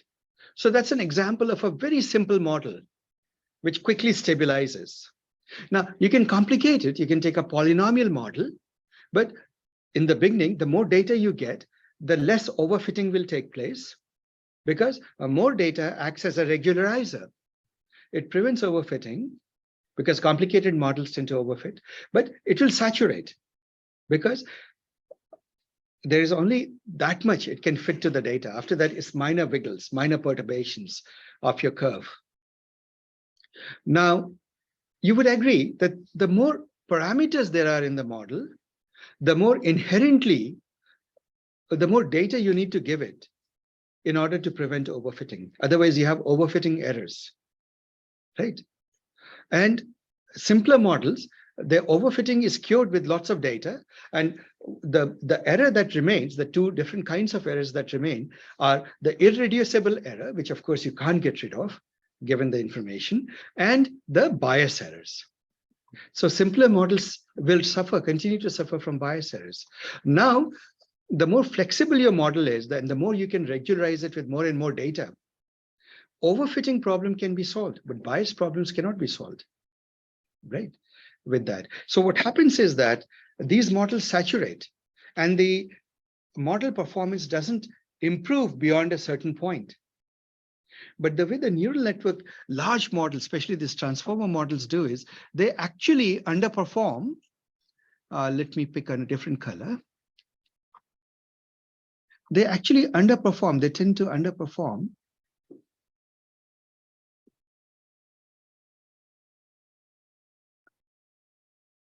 And their performance, well, this is not a very smooth curve, but imagine that this were a smooth upward moving curve. What happens is that the more data you throw at it, the more it keeps on improving. So you say, well, how is that possible? Whatever the number of parameters is, ultimately it will saturate, right? The problem is, at this moment, we are in a world in which the neural networks are so large that we don't seem to be hitting their saturation point. Right? You can keep throwing data at it and they keep getting better and better. And well, this might be a little bit of an exaggeration. Let me just say it like this. They slow down the improvement, but they still continue to improve. Are we together? In fact, one of the things that, let me contextualize it with today. Oh my goodness, you are not able to see this. Would you like to come sit here? Then you can see it. Yeah, please do. Yeah, or sit next to, Patrick. So thank you so much for noticing it. Yeah, no, I should have seen this, but I'm wearing my reading glass. So all of you look like blurry figures at this moment. So let me contextualize it. You know that the big word these days is Chat GPT 3.5 or GPT-3 and GPT-4, and OpenAI says that, oh my God, it's so big, we can never give it to you. It wouldn't anyway fit on your machine. And obviously, these big models are much better than smaller models, right? So we know what language models are. We are dealing with language models. The buzzword these days is large language models. Implicit to large language models is only large companies can have it. Isn't it? The Googles and the Facebooks and the OpenAIs can have it, and the Microsoft. They only can train the large language models. And obviously, it means big money to them, because if they hold on to that, then they can expose the API, and we are all serfs. We have to pay the taxes just to use them. Yeah. I see a use for large language models. If you did all the information that's available on the internet today, it trains and gives you. That's what ChatGPT does. But for enterprises, smaller enterprises, which are in the niche areas, you really don't have that much data. You need to be more futile. No, it is not. It is not. And I'll come to that. I'm coming to that, how to use that. You can use large, the whole point is that you can just use this large language model. Yeah, the reason for that is you never train a model from scratch. So I'm coming to that. It's transfer learning, right? So, so when you create this large language model, and they say that to get reasonable performance, you need to feed it a lot of data. And when you feed it a lot of data, it gets smart, right? And of course, we can only give it to you through APIs, and we'll charge you for it, right? So, and there's a whole problem, actually. Look up the word industrial capture. What is happening is we might be, the people are speculating that we might be entering the next feudal era in which the wealth and power is getting inordinately concentrated into the hands of very few technological giants or industrial giants, and all of us will be beholden to them, right? Well, recently there was another work that came out from Facebook, right? And it's a much smaller model. What it showed it was based on this idea that you don't need such a big model that only fits into the server, into the memory, or be trained on a server farm. You can actually create still a large model, but something that will fit on the consumer hardware, right? And Facebook released Llama, right? That cute animal, Llama. And then somebody thought it would be a good joke to create a little script or a website, GitHub around it, called the Dalai Lama to install it, right? So that's an NPM package to install it. So anyway, what Llama does is it still is a language model, but instead of feeding it, making it ginormous, and then feeding data through it, it's just taking more data, which is more readily available, public data, and instead of training it with just some 200 or 400 billion tokens, it's training it with 1 trillion tokens and showing that even small models have not saturated. The accuracy is still going up. They stopped at 1 trillion and they released it. I mean, you can download Llama. And so, this has been quite a shake-up, actually. We all are putting Llamas. And Praveen, if you're there, you already put it on your Mac Studio? Yes, Asif, yeah. It's working just fine. And I believe somebody has come up with a C++ version and put it on a Raspberry Pi, right? And so it all goes to show that, I mean, obviously, first, it's great innovation. It was needed because everybody was getting worried what's happening. Right? But this is the curve. The performance keep improving on it again and again. So that is the thing about deep learning. What you want to do is give it lots and lots of data, because we haven't reached a saturation point. Ultimately, I mean, theoretically, given a model size, if you keep on scaling up the data, you will reach a point at which it has learned all it has. And the only errors that will remain is because the model is too simplistic compared to the reality, and it may have some bias errors residual. And of course, the irreducible errors will be there, right? But mostly irreducible errors and so forth. But we haven't reached that.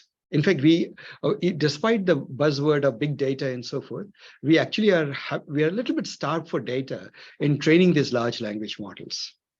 We want more, right? So that's where we are. Anyway, so that's the pretext to it. So now what is the pre-training and fine-tuning? These two words keep coming in, and it goes to the heart of the question that Mosmi asked. So Mosmi asked this question. I'll repeat it for people who are remote. She asked this question. I'm a small startup. I have 3,000 rows of data, not even 3, maybe 100 rows of data. Or take a realistic problem. Even if I'm a giant enterprise, here is a rare disease. It shows up on the MRI like this, right? But it's a rare disease. In the whole world, there are like 85 people, or maybe only 12 people or 15 people.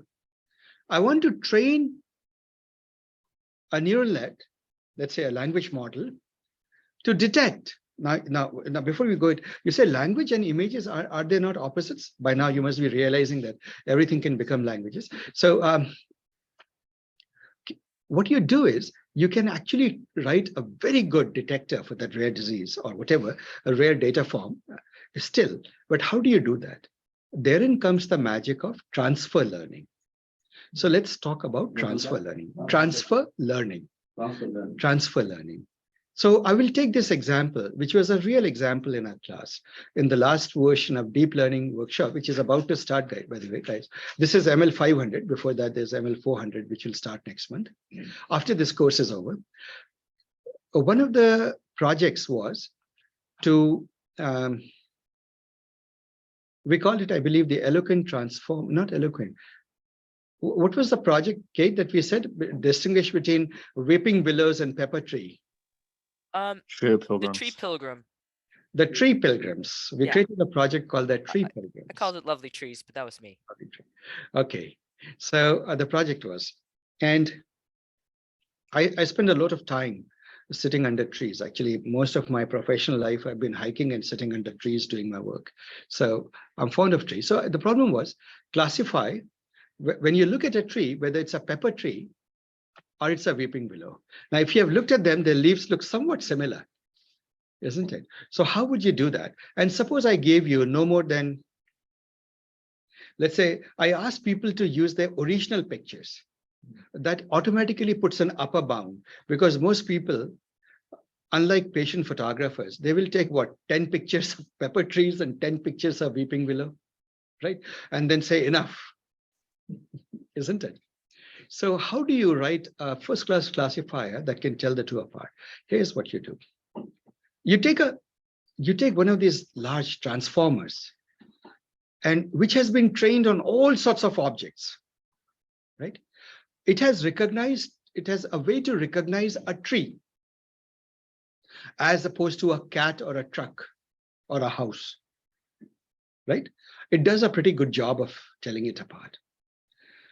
And you have trained it with the whole ImageNet data set, which is gazillions of images.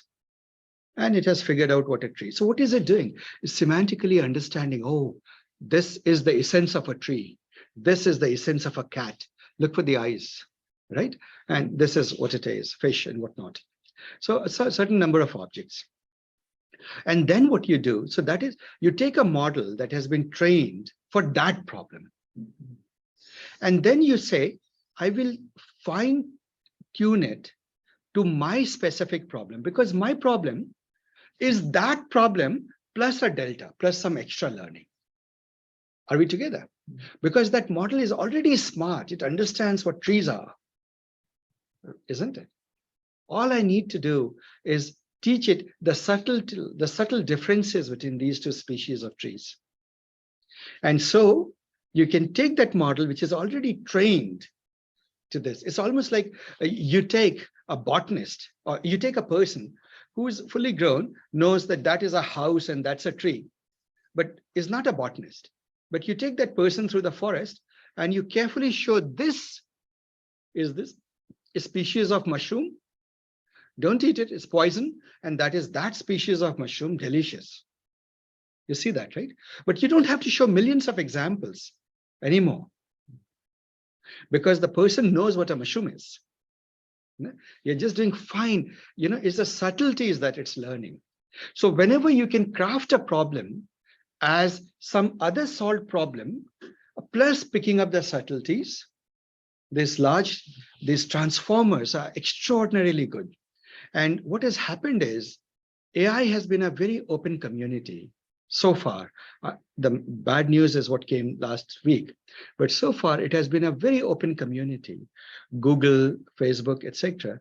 They have been, whenever they would train a transformer, they would contribute that transformer. They would train it on general purpose tasks, which says that there would be a vast constellation of other tasks that could be done as just refinements or fine tuning of this task, just the last mile from this task. And they would make those transformers available. Now, training those transformers on that much data is a ginormous task. You have to take a server farm, lots of GPUs, train it for months, thousands and thousands of epochs, right? And then your network gets trained, and then they would donate it, right? And somebody once told me that to train a transformer at full, it takes the same amount of electricity while it is learning as a small city or small town or a neighbor, whatever it is, town or smallish city, right? So just think about it. It's just that much it takes. It's, I mean, in many ways, it's an ecological disaster. So the one thing you do want to make sure is everybody is not sitting at home training their own transformers, right? So then you give it to people and they fine tune it. And then obviously, so that's the idea. So that's the difference between that's why you say that the full problem is solved by pre-training. Pre-training is on the general class of problems. You train the transformer so that a lot of problems look like last mile problems. You just fine tune it. So that explains the picture that you're seeing on the screen. And if you look in the picture between pre-training and post and fine tuning, do you notice that they look uncannily similar? right? And that is one virtue of the BERT architecture. It is exactly the same task, right? And we'll see how. See, you are sending in two sentences. When you're pre-training, you're sending two sentences together, and in both of them, you're nuking out some of the words, you're masking it. And then you're saying, predict, what was it? What did I miss? Right? It learns that, it figures it out, semantically trained. Now, suppose you want to give it the question, is this paragraph the answer to this question? Yes, no. What can you do? You're again sending these two sentences in, exactly the same process. And all you're doing is you're asking at the end that, what is it? Yes, no, true, false, right? Probability that it's the answer to this question, or question answering, or entailment. Does the second sentence have anything to do with that? Or am I saying the weather is beautiful and the hammer is 3 pounds? Right? That sort of thing. So you can do that. They look similar. Now, notice this fact that the two special tokens that I talked about, do you see the separator token here? The separator token here? Exactly the same. This mysterious CLS token and the CLS token, right? They all go through the system. So let's take this question and the second paragraph, whether it's the answer to this or not. You have to answer yes, no. So what happens is that when you're training it, fine tuning, what will you do? You'll take a lot of questions with the right answers. In the fine tuning process, you would feed it in, and then you have to predict the probability. But the probability of what? Of it, probability has to come out of something. And how does it come out? In a classifier, it has to go through a lot, the final layer has to be a logistic unit or a softmax.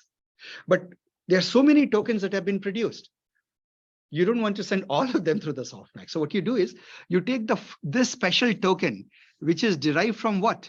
From the CLS, that special token that you put in the beginning. Do you notice this, guys? I'll highlight this again. Look at this line. And that is why because there is no reason to pick any particular word and feed that through the soft token.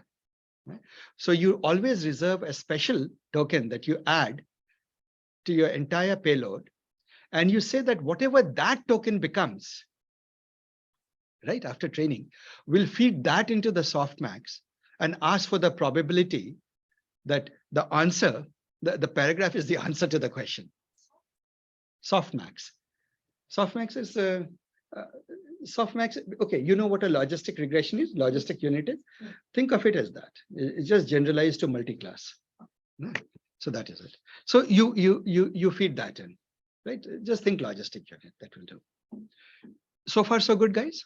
So that's the purpose of the CLS token. And now you're just classifying, is this answer or not answer? What would be a good name for a token that helps you classify? How about CLS? Classify. Right? That's why it's called the CLS token. Right? So you see the architecture of this, right? Simple, right? And how do we do that? This part I already talked about. What does it go? The input for each is, let's say that you have an input class. So first input is, well, I drew it bottoms up. These people have drawn it top down, so don't get confused. This is the words. These are the words. Where is my separator token? Remember, two special tokens are this and this, right? And of course, at the very end, you put a separator. Why? To say, I'm done, right? So leave that aside. Right? Now, token embedding is just your word embedding, right? Or rather word piece embedding, to be more precise, but we'll be sloppy and just call it word embedding, right? Then segment embedding says what? Which of the two sentences it belongs to, or segments it belongs to, first or the second, A or B? And the third is position embedding. Position embedding, you remember we talked about it in attention is our last session. You need to know this token comes where in the sentence, right? So all of it put together, add it to get your final token embedding, right? Your final embedding. So that is what it says somewhere here it will take. It says that it is input representation, but okay, so yeah, something about the sizes of it. By the way, this you'll find to be very easy, hopefully, after this discussion. And these numbers, if you are not used to these transformers, they, even by neural network standards, they come across as a bit shocking. So look at this BERT base, the base model that you can easily have 110 million parameters, right? Massive network, right? It has 12 attention heads, right? So L as a hidden, the hidden size as H and the number of attention, oh sorry, A, 12 attention heads. It has so many layers, transformer blocks. It has so many, hidden layers and so on and so forth. So these are big. But then when you go to BERT large, 340. And today BERT large would be called kiddish, like too small, right? We are in billions and we are going to trillions now pretty soon by end of the year. Right? Do we really need to go there? Well, we'll see. Now, yeah, so this sentence is crucial. We use word piece embedding. So word piece means why? ING, running, run, and ING. That's it. Colloquially, think word embeddings. The vocabulary they pick is actually pretty small. In the beginning, when they trained it, just 30,000 tokens, right? And there's a special classifier token, CLS, because that's what you'll use to answer whether this follows that, whatever problem that you are going to solve. The rest of it is, and then what you do is, there are certain technical details, like for example, if you use mass to train, right? But when you feed in the actual two sentences or two segments and ask, does this follow the other? You may say, well, you know what? You trained on mass sentences, but you're using it for different. Is it really fair or something like that?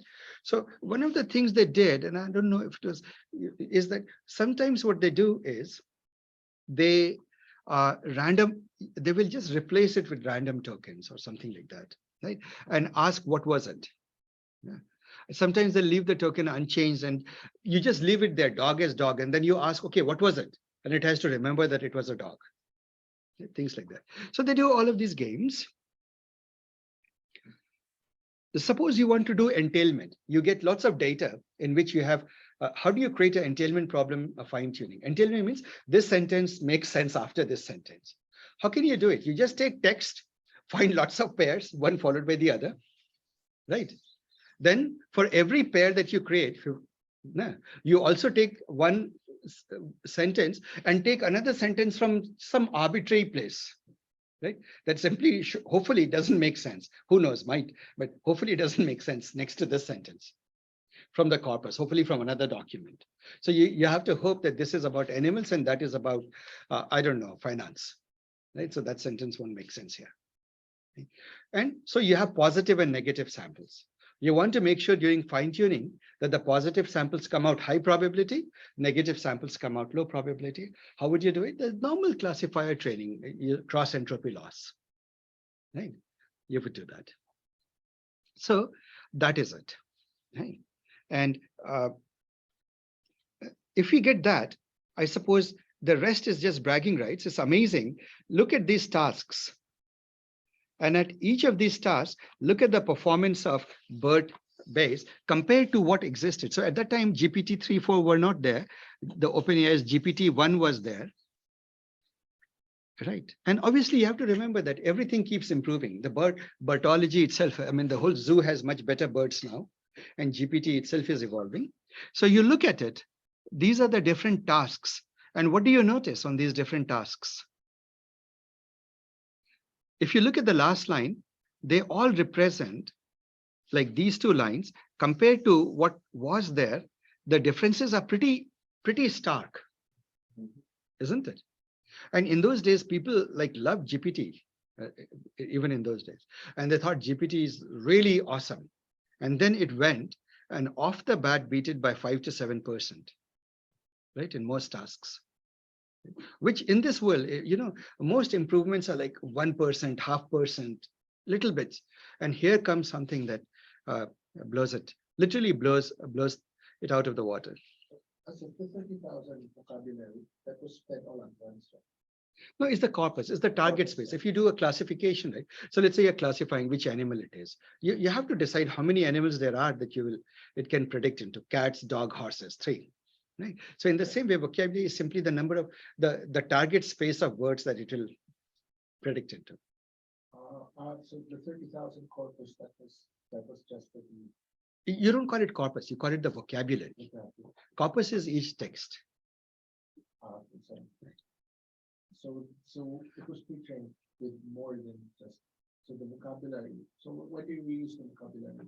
You use the vocabulary by making sure that when you're feeding in sentences, your sentences are from the using words from the vocabulary and not something weird. Like, for example, if your 30,000 vocabulary probably doesn't contain the word myocardial infarction. So you don't use that word. Any sentence that contains it, don't train it on it. Which brings us to the whole point, right? How do you do domain or adaptation? We were talking about it the other day, isn't it? How do you adapt it to the medical domain, which has its own vocabulary? But the point is, if a transformer has already picked the essence of this, so then to fine tune on the medical domain, you already have a huge leg up, right? It may not be the last mile problem, but it is the last few miles problem. And that's how you would create. For example, you have the BioBird, and so forth. So BioBird has the vocabulary that's more inclined to yes, biomedical terms. That's right. So there we go, guys. The rest of it is mechanical details. You can look into it. And general thing you'll find is that in all of these papers, they follow this methodology: introduction, method, right?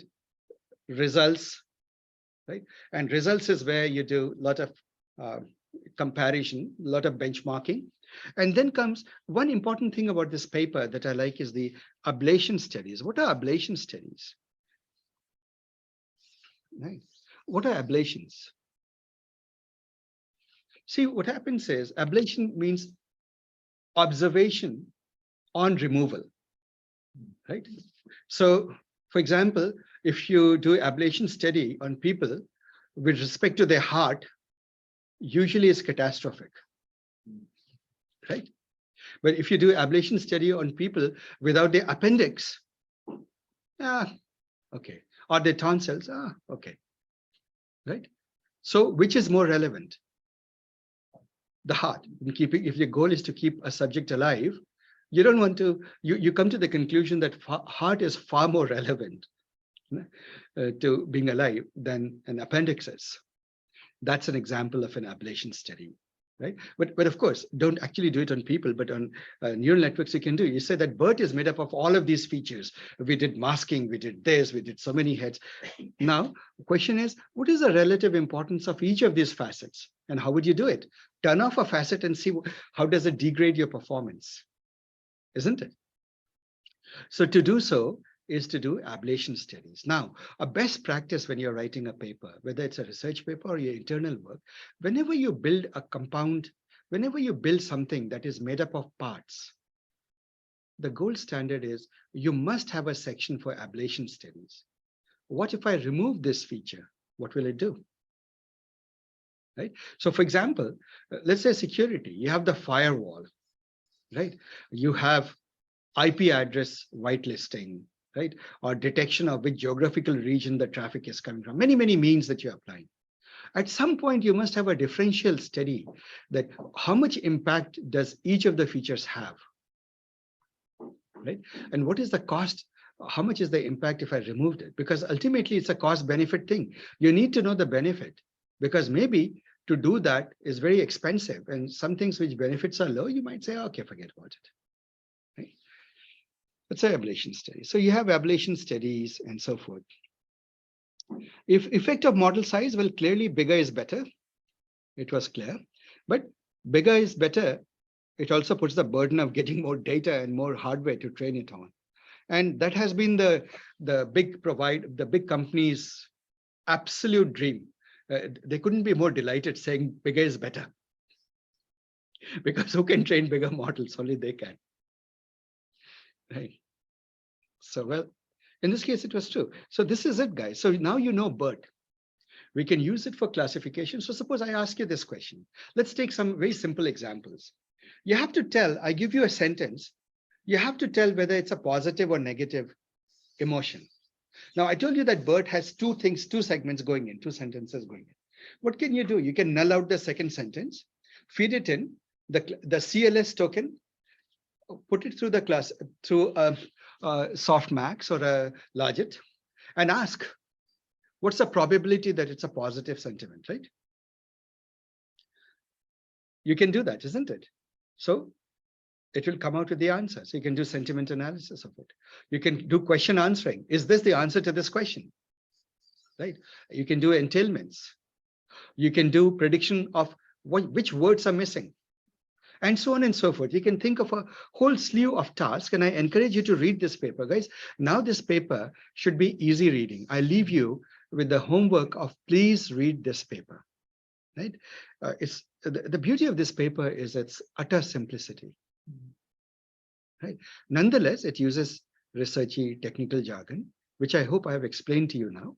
And you should read through it. And when it comes to, see, sometimes the hardest thing is to read the prior work, the related work. Yeah, you can skim over it because, that will use its own jargon and so on and so forth.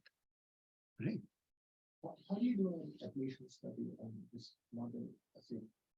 Do you remove most of the vocabulary? No. So let's actually, let me remember, it's been a while since I read this, but in ablation. So what happens is that no NSP without the next sentence prediction task. So see, you train this model, right, with a lot of data. So suppose you had not given it the task of predicting the next sentence, means this other thing is the next sentence or not. If you had not done that data training, how much impact would be? So no NSP, it tells you the impact, right?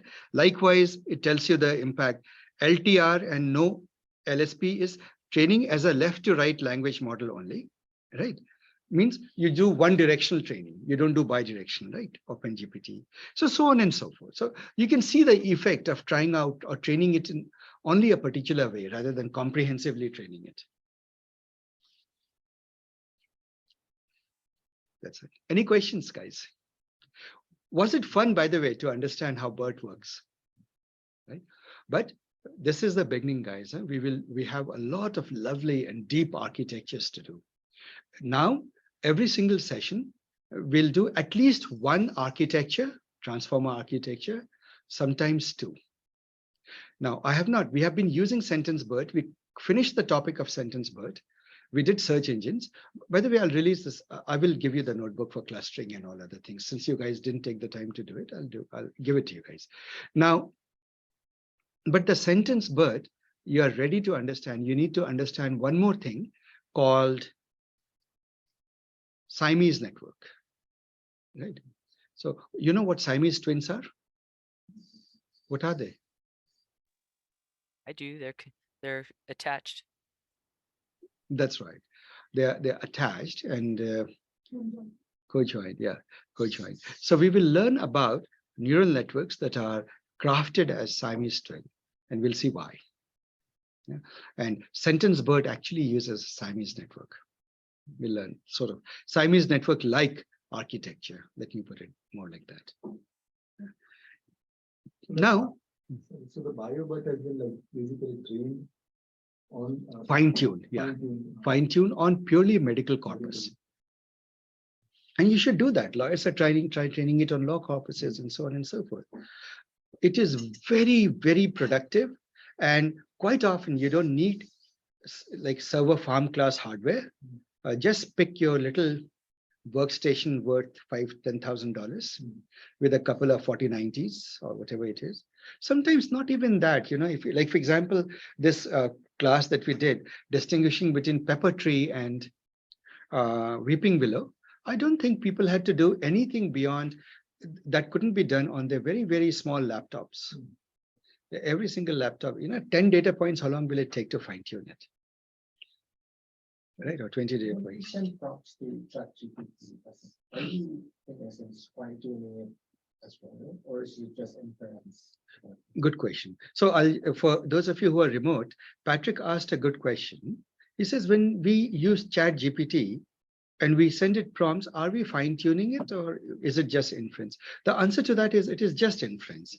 Chat GPT gives you the ability to fine tune it. I think you need the plus subscription. It's straightforward. You can say, here is my corpus. Learn from this also, and then answer it. So it's a very controlled way, very limited fine tuning they give you at this moment, right? And I'm sure that if you gave them a ton of money, you'll get more fine tuning ability, right? But it is what it is. Yeah. At this moment, it's predominantly inference from the already trained model.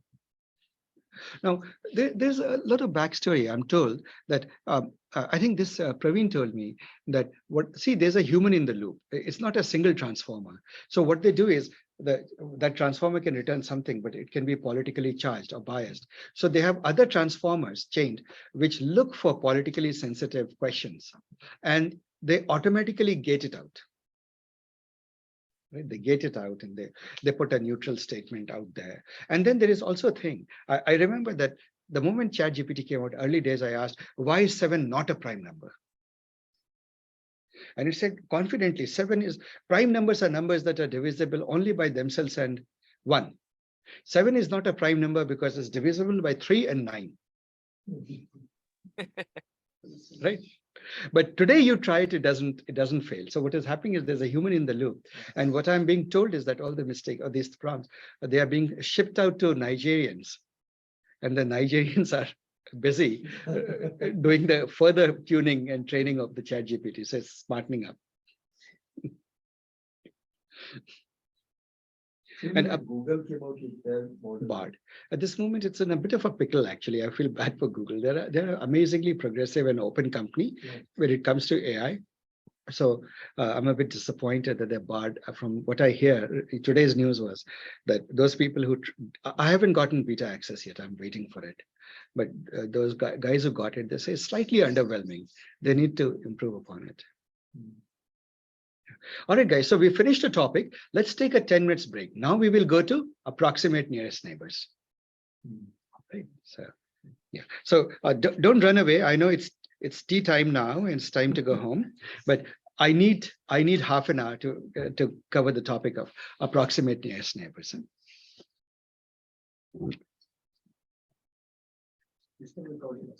Oh yes. Okay, can we please pause it?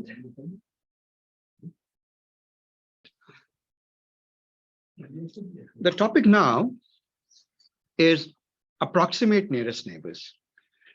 Instead of going into any one specific algorithm like FAS or SCAN or a hierarchical navigable small worlds map approach, what I will instead do is give you broad intuitions into it, right? And different implementations use different sort of sets of ideas from this. Are we together? Yeah. So one idea is, look at our problem. We have a vector space of high dimensions. What was the dimensionality we are looking at? 768 dimensions. Pretty high dimension, right? And even for image embedding, we were using 512 dimensions, pretty large embedding spaces. Within these spaces, you're trying to find the nearest neighbors. You can brute force it using cosine distances and so on and so forth.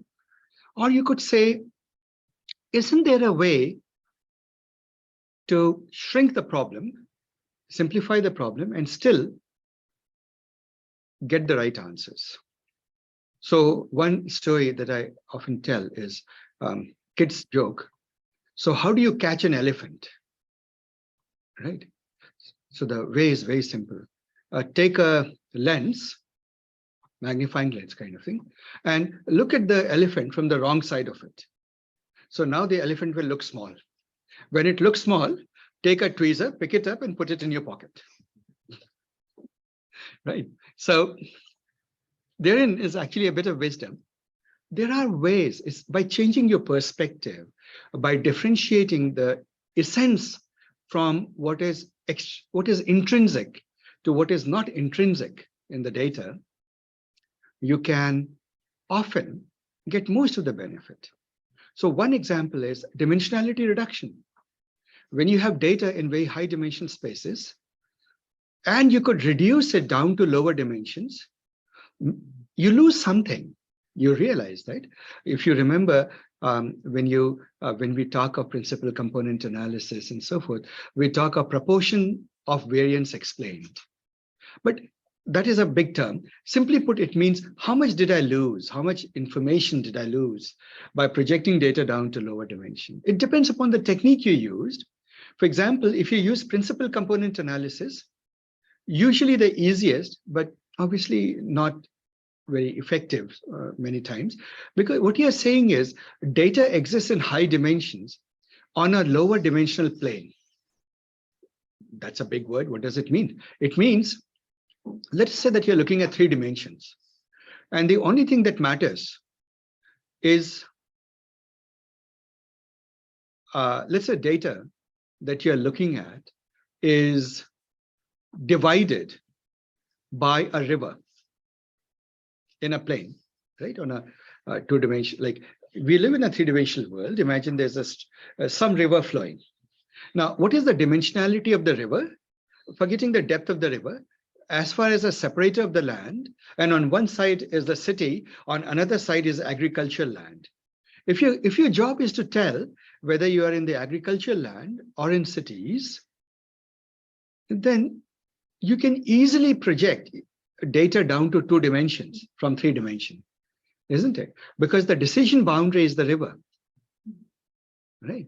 So that's an example of dimensionality reduction, right? One dimension was inherently irrelevant, right? But it could be more than that. Suppose in this room there's a plane, so that area and this area are separated each other out, and there may be some angle to the plane. So then you can say that the decision boundary is a hyperplane, right? Or another way to look at it is, just look at a galaxy. We live on our solar system is a star within a spiral galaxy. Now, we know that the spiral galaxy is 3-dimensional, right? It has a certain, well, it's more a spindle shape. It's like this, right? Spindle shaped. It has a certain thickness. I'm not seeing the drawing that you're doing. Oh no, I'm holding this Oh, okay. this in my hand. This is this. So there's a disk which has a certain thickness, right? And on this are all the stars, including our solar system. Now you can say that to the first approximation, I can just ignore the thickness part. I can project it down onto a plane. Is there something else I can help with? Oops, sorry. Let me take this out before it gets more. So I could just say it's irrelevant. For our problem, it's irrelevant. When you do that, you lose something. Why? Because let us say that there are 2 points. They are proximal to each other. On this plate, they're really close, 2 dots. They're very close to each other on this. But let's call them A and B. And let's consider 2 more points, a point C, which is not proximal to it, not so close to it, but it is vertically aligned with it, more or less, with A. So when you squish it down onto a plane, now which will look to be the closest neighbor, B or C? C will look, but C was actually further off, right? So by doing this reduction, you have made it into a smaller problem. You know, you're looking at the elephant through the lens and it looks smaller, but you lose something in the process. That is where the approximation comes from, right? So whenever you reduce dimensionality using any technique, there is a possibility of being somewhat wrong. But why it may not matter, because suppose you take enough number of neighbors, 50 neighbors, all it will mean is the ranking between the neighbors will be slightly off, isn't it? And you can then re-rank it. Remember the cross encoder we talked about? That's something that architecture will talk, and next time we'll do it. Yeah. That will fix the problem anyway later on. So it's okay. Yeah. So long as you have a way to tolerate from the search, you can do approximate nearest neighbor. Another way of thinking about it is to ask this question that suppose I could do this. Let's look at this neighborhood. Oh, sorry. Suppose you have data is in this plane and they all exist as these are data points.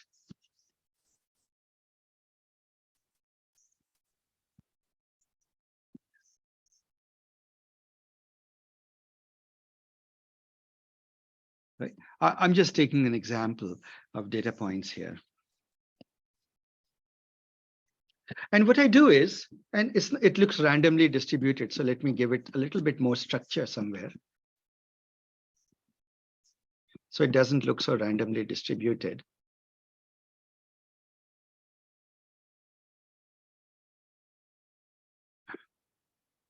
So what I could do is a process of partitioning the feature space into regions. So let's say that I arbitrarily say, this is my, actually, let me use another color. Let's say that this is my first partition. I have two regions. Then this partition, I further subdivide into this. And I further subdivide into this. And I can go on a few more subdivisions, this. And I go and do, let's say this and this. Suppose I get a point. I say, I have a query and find its nearest neighbors. Let us say that your query is vector is here. Query point.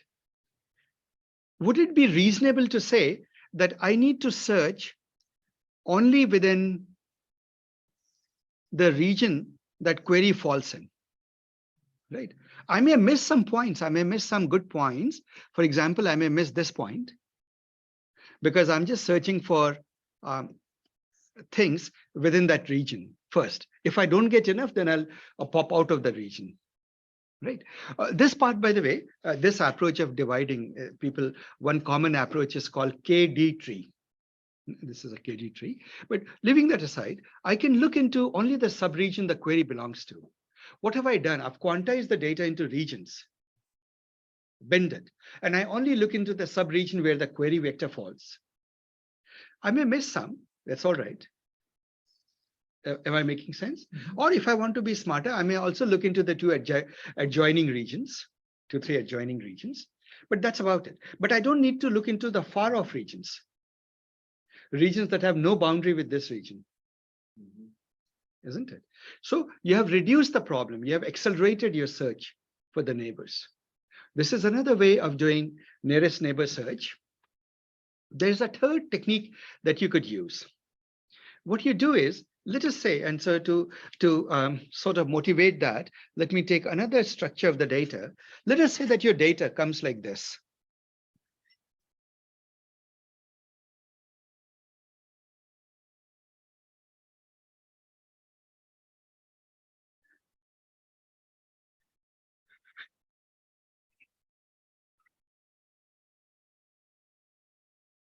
Can you see me making dots all over the whiteboard? Right? And Yes. a couple of things here. And something like this. And I ask you, find the nearest neighbor. What you could do is, you could instead first say, hey, you know what? Let me take this data and store it as cluster 1, which has a centroid C1. This has a centroid C2, it's a cluster 2. Here's a cluster 3, right? And then there can be many, many more clusters. I've done 3, but imagine there are 100 clusters in the data. And I use clusters as a logical way to bin it. And then these outlier points added wherever you like. Then comes a query vector, and the query vector happens to fall here. So then what can I do? I can search for neighbors only within that cluster. Intuitively, geometrically, that makes sense, isn't it? Just go find enough neighbors within that cluster and hope that the cluster is dense enough that if you're looking for 5 neighbors or 10 neighbors, the cluster at least has 10 members, isn't it? So that is another technique for doing it, right? Another technique that you could use is the angle technique. Let's say that, imagine this. Suppose you have, and there are many, many techniques, but we'll just take this and I'll deliberately take just a 2-dimensional plane. Suppose imagine that it's many dimensional, but I'll just deliberately make this. I say there is this vector, there is this vector, there is this vector, there is this vector, and maybe there is this vector, this vector, this vector, this vector, right? There are 8 possible directions. So if I get a query vector, I just need to find the nearest vector. And whatever it is, I'll rotate and say it's that. So suppose you get a query vector, this as a query vector, right? So let me name it A, B, C, D, E, F, G, H. Now, there are 2 things you can do. You can just say query vector Q is closest to A, right? So it is A. But then you say, well, what's the point of these vectors? Because when I take data, it will spread itself everywhere. But no, you don't do that. What you do is replace every data point simply by the vector, the closest vector, right? And so suppose you get a query is close to A, you will only compare it to those points whose associated vector is A. Do you see that? And that is another dimensionality. That's another way of doing fast neighborhood. Ultimately, what is your end game? You want to somehow search in a smaller pile, right? You want to make lots of piles and then search in a smaller pile. It's another way of saying it is, suppose I tell you that there are lots of coins. There is a bad quarter in there. Do you want to search through all the coins, or would you rather that somebody already gave you the pile of quarters and you only search the pile of quarters? Isn't it? That's what it all boils down to, right? Yet another technique is, see, points are scattered all over the place, right? So imagine that you have points, and I can go on and on and on ideas that you can have for, and obviously there's a vast amount of literature on how to do all of these things.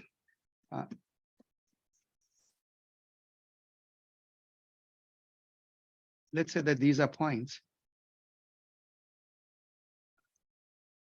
Here's what you do, and the points go up to far off. What you can do is deliberately take a unit circle and project all the points back into it. So this point connects, this is the point, this is the point, this is the point, this is the point, this is the point.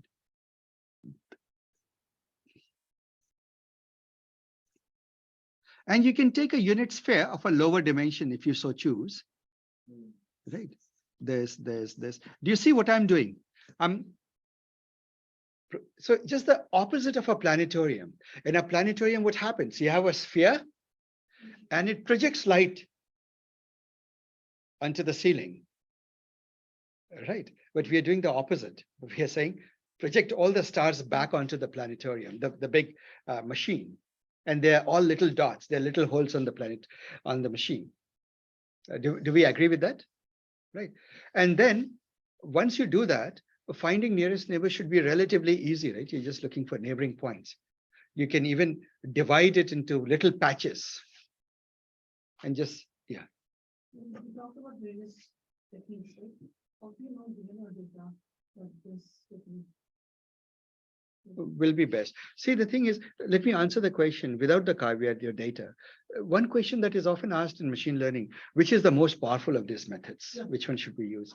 And therein comes the no free lunch theorem. No free lunch theorem is a very, very deep result in machine learning with a very frivolous name, no free lunch theorems. But what it says is that no one algorithm in general will ever outperform another algorithm. In fact, your biggest transformer will not outperform linear regression. Always. There'll be situations where this will do better, where that will do better. So that applies everywhere. When you have, it is the data that speaks, right? And now what happens is that certain domain data tend to be a certain way. And so for them, it tends to be that certain algorithms or approaches tend to work better. And the same applies for ANN algorithm approaches also. Based on which domain you are in and what's the nature of the data, different approaches to ANN will work better. And it's just a corollary from the no free lunch theorem. Are we together? And which is why you should always experiment with these things. Experimentation is very important. And you will notice that all of these libraries, they give you a lot of knobs to experiment, swap one approach with another and things like that internally. Right? If you just, they will give you a default, like for example, the way we used affairs, we just didn't do any tuning. We just used it out of the box. That is just to, give people a foot in the door, make it easy so that without getting lost, they can come in. But as they better understand the theoretical foundations of these things, they should realize that there are many degrees of freedom. There are many knobs or many choices to make. And the choices that you make can make a vast difference on the performance. Are we together, guys? So there it is. Those are the approaches that you can use. So one homework I'll give you is put all of these ideas together. Go check out which of these ideas, and maybe I missed a few. You can share with each other on Slack other ways of doing. And there, by the way, survey papers on ANN approaches. More and more ideas we can generate. Figure out which one FAS uses, which one SCAN uses. SCAN has the word anisotropic. Hint, hint. What do they mean by that? Go check it out. Yeah. Can you also use kernel methods? Yes, very much so. Very much so. Very much so. So that is basically projecting it into a different space where things are linear, much easier to find neighbors, and then projecting it down. So you could use, for example, kernel. And by the way, UMAP, a good dimensionality reduction technique like UMAP, right? And finding your neighbors from the UMAP rather than that, and kernel methods and so forth. So the variety of techniques that you can use is very high. And you can imagine, very easily, you can imagine new techniques and implement it. It's a very fertile field.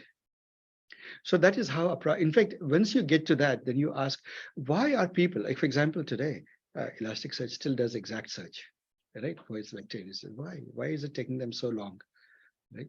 So anyway, this is the state of the art, guys. So today we learned where we ended up is we did two parts of the full search. We said we can do exact vector search. It's very good, comes up with good results. We can do it in a multimodal way. We can cross search across images and text. I left it as a homework for you to add audio. Guys, take more into do it. Right? This week was a bit disappointing in the output that you guys came up with. Put in, you'll enjoy all this. Then the second part we did is we realized that when you have a massive collection, trillions of images, billions of images, it is not quite, or documents, it's not feasible to just do brute force linear search, linear cosine distances or whatever it is. Then we learned about approximate nearest neighbors, just bring in a few. Then the third thing I told you is you can then use another transformer architecture called a cross encoder and use that to further re-rank the results. Because if you get sufficiently many results, you can re-rank, and the things that were irrelevant, you can push it back and pick the best ones. It's sieving. What do you do when you get, I don't know if it is still true in India, if you went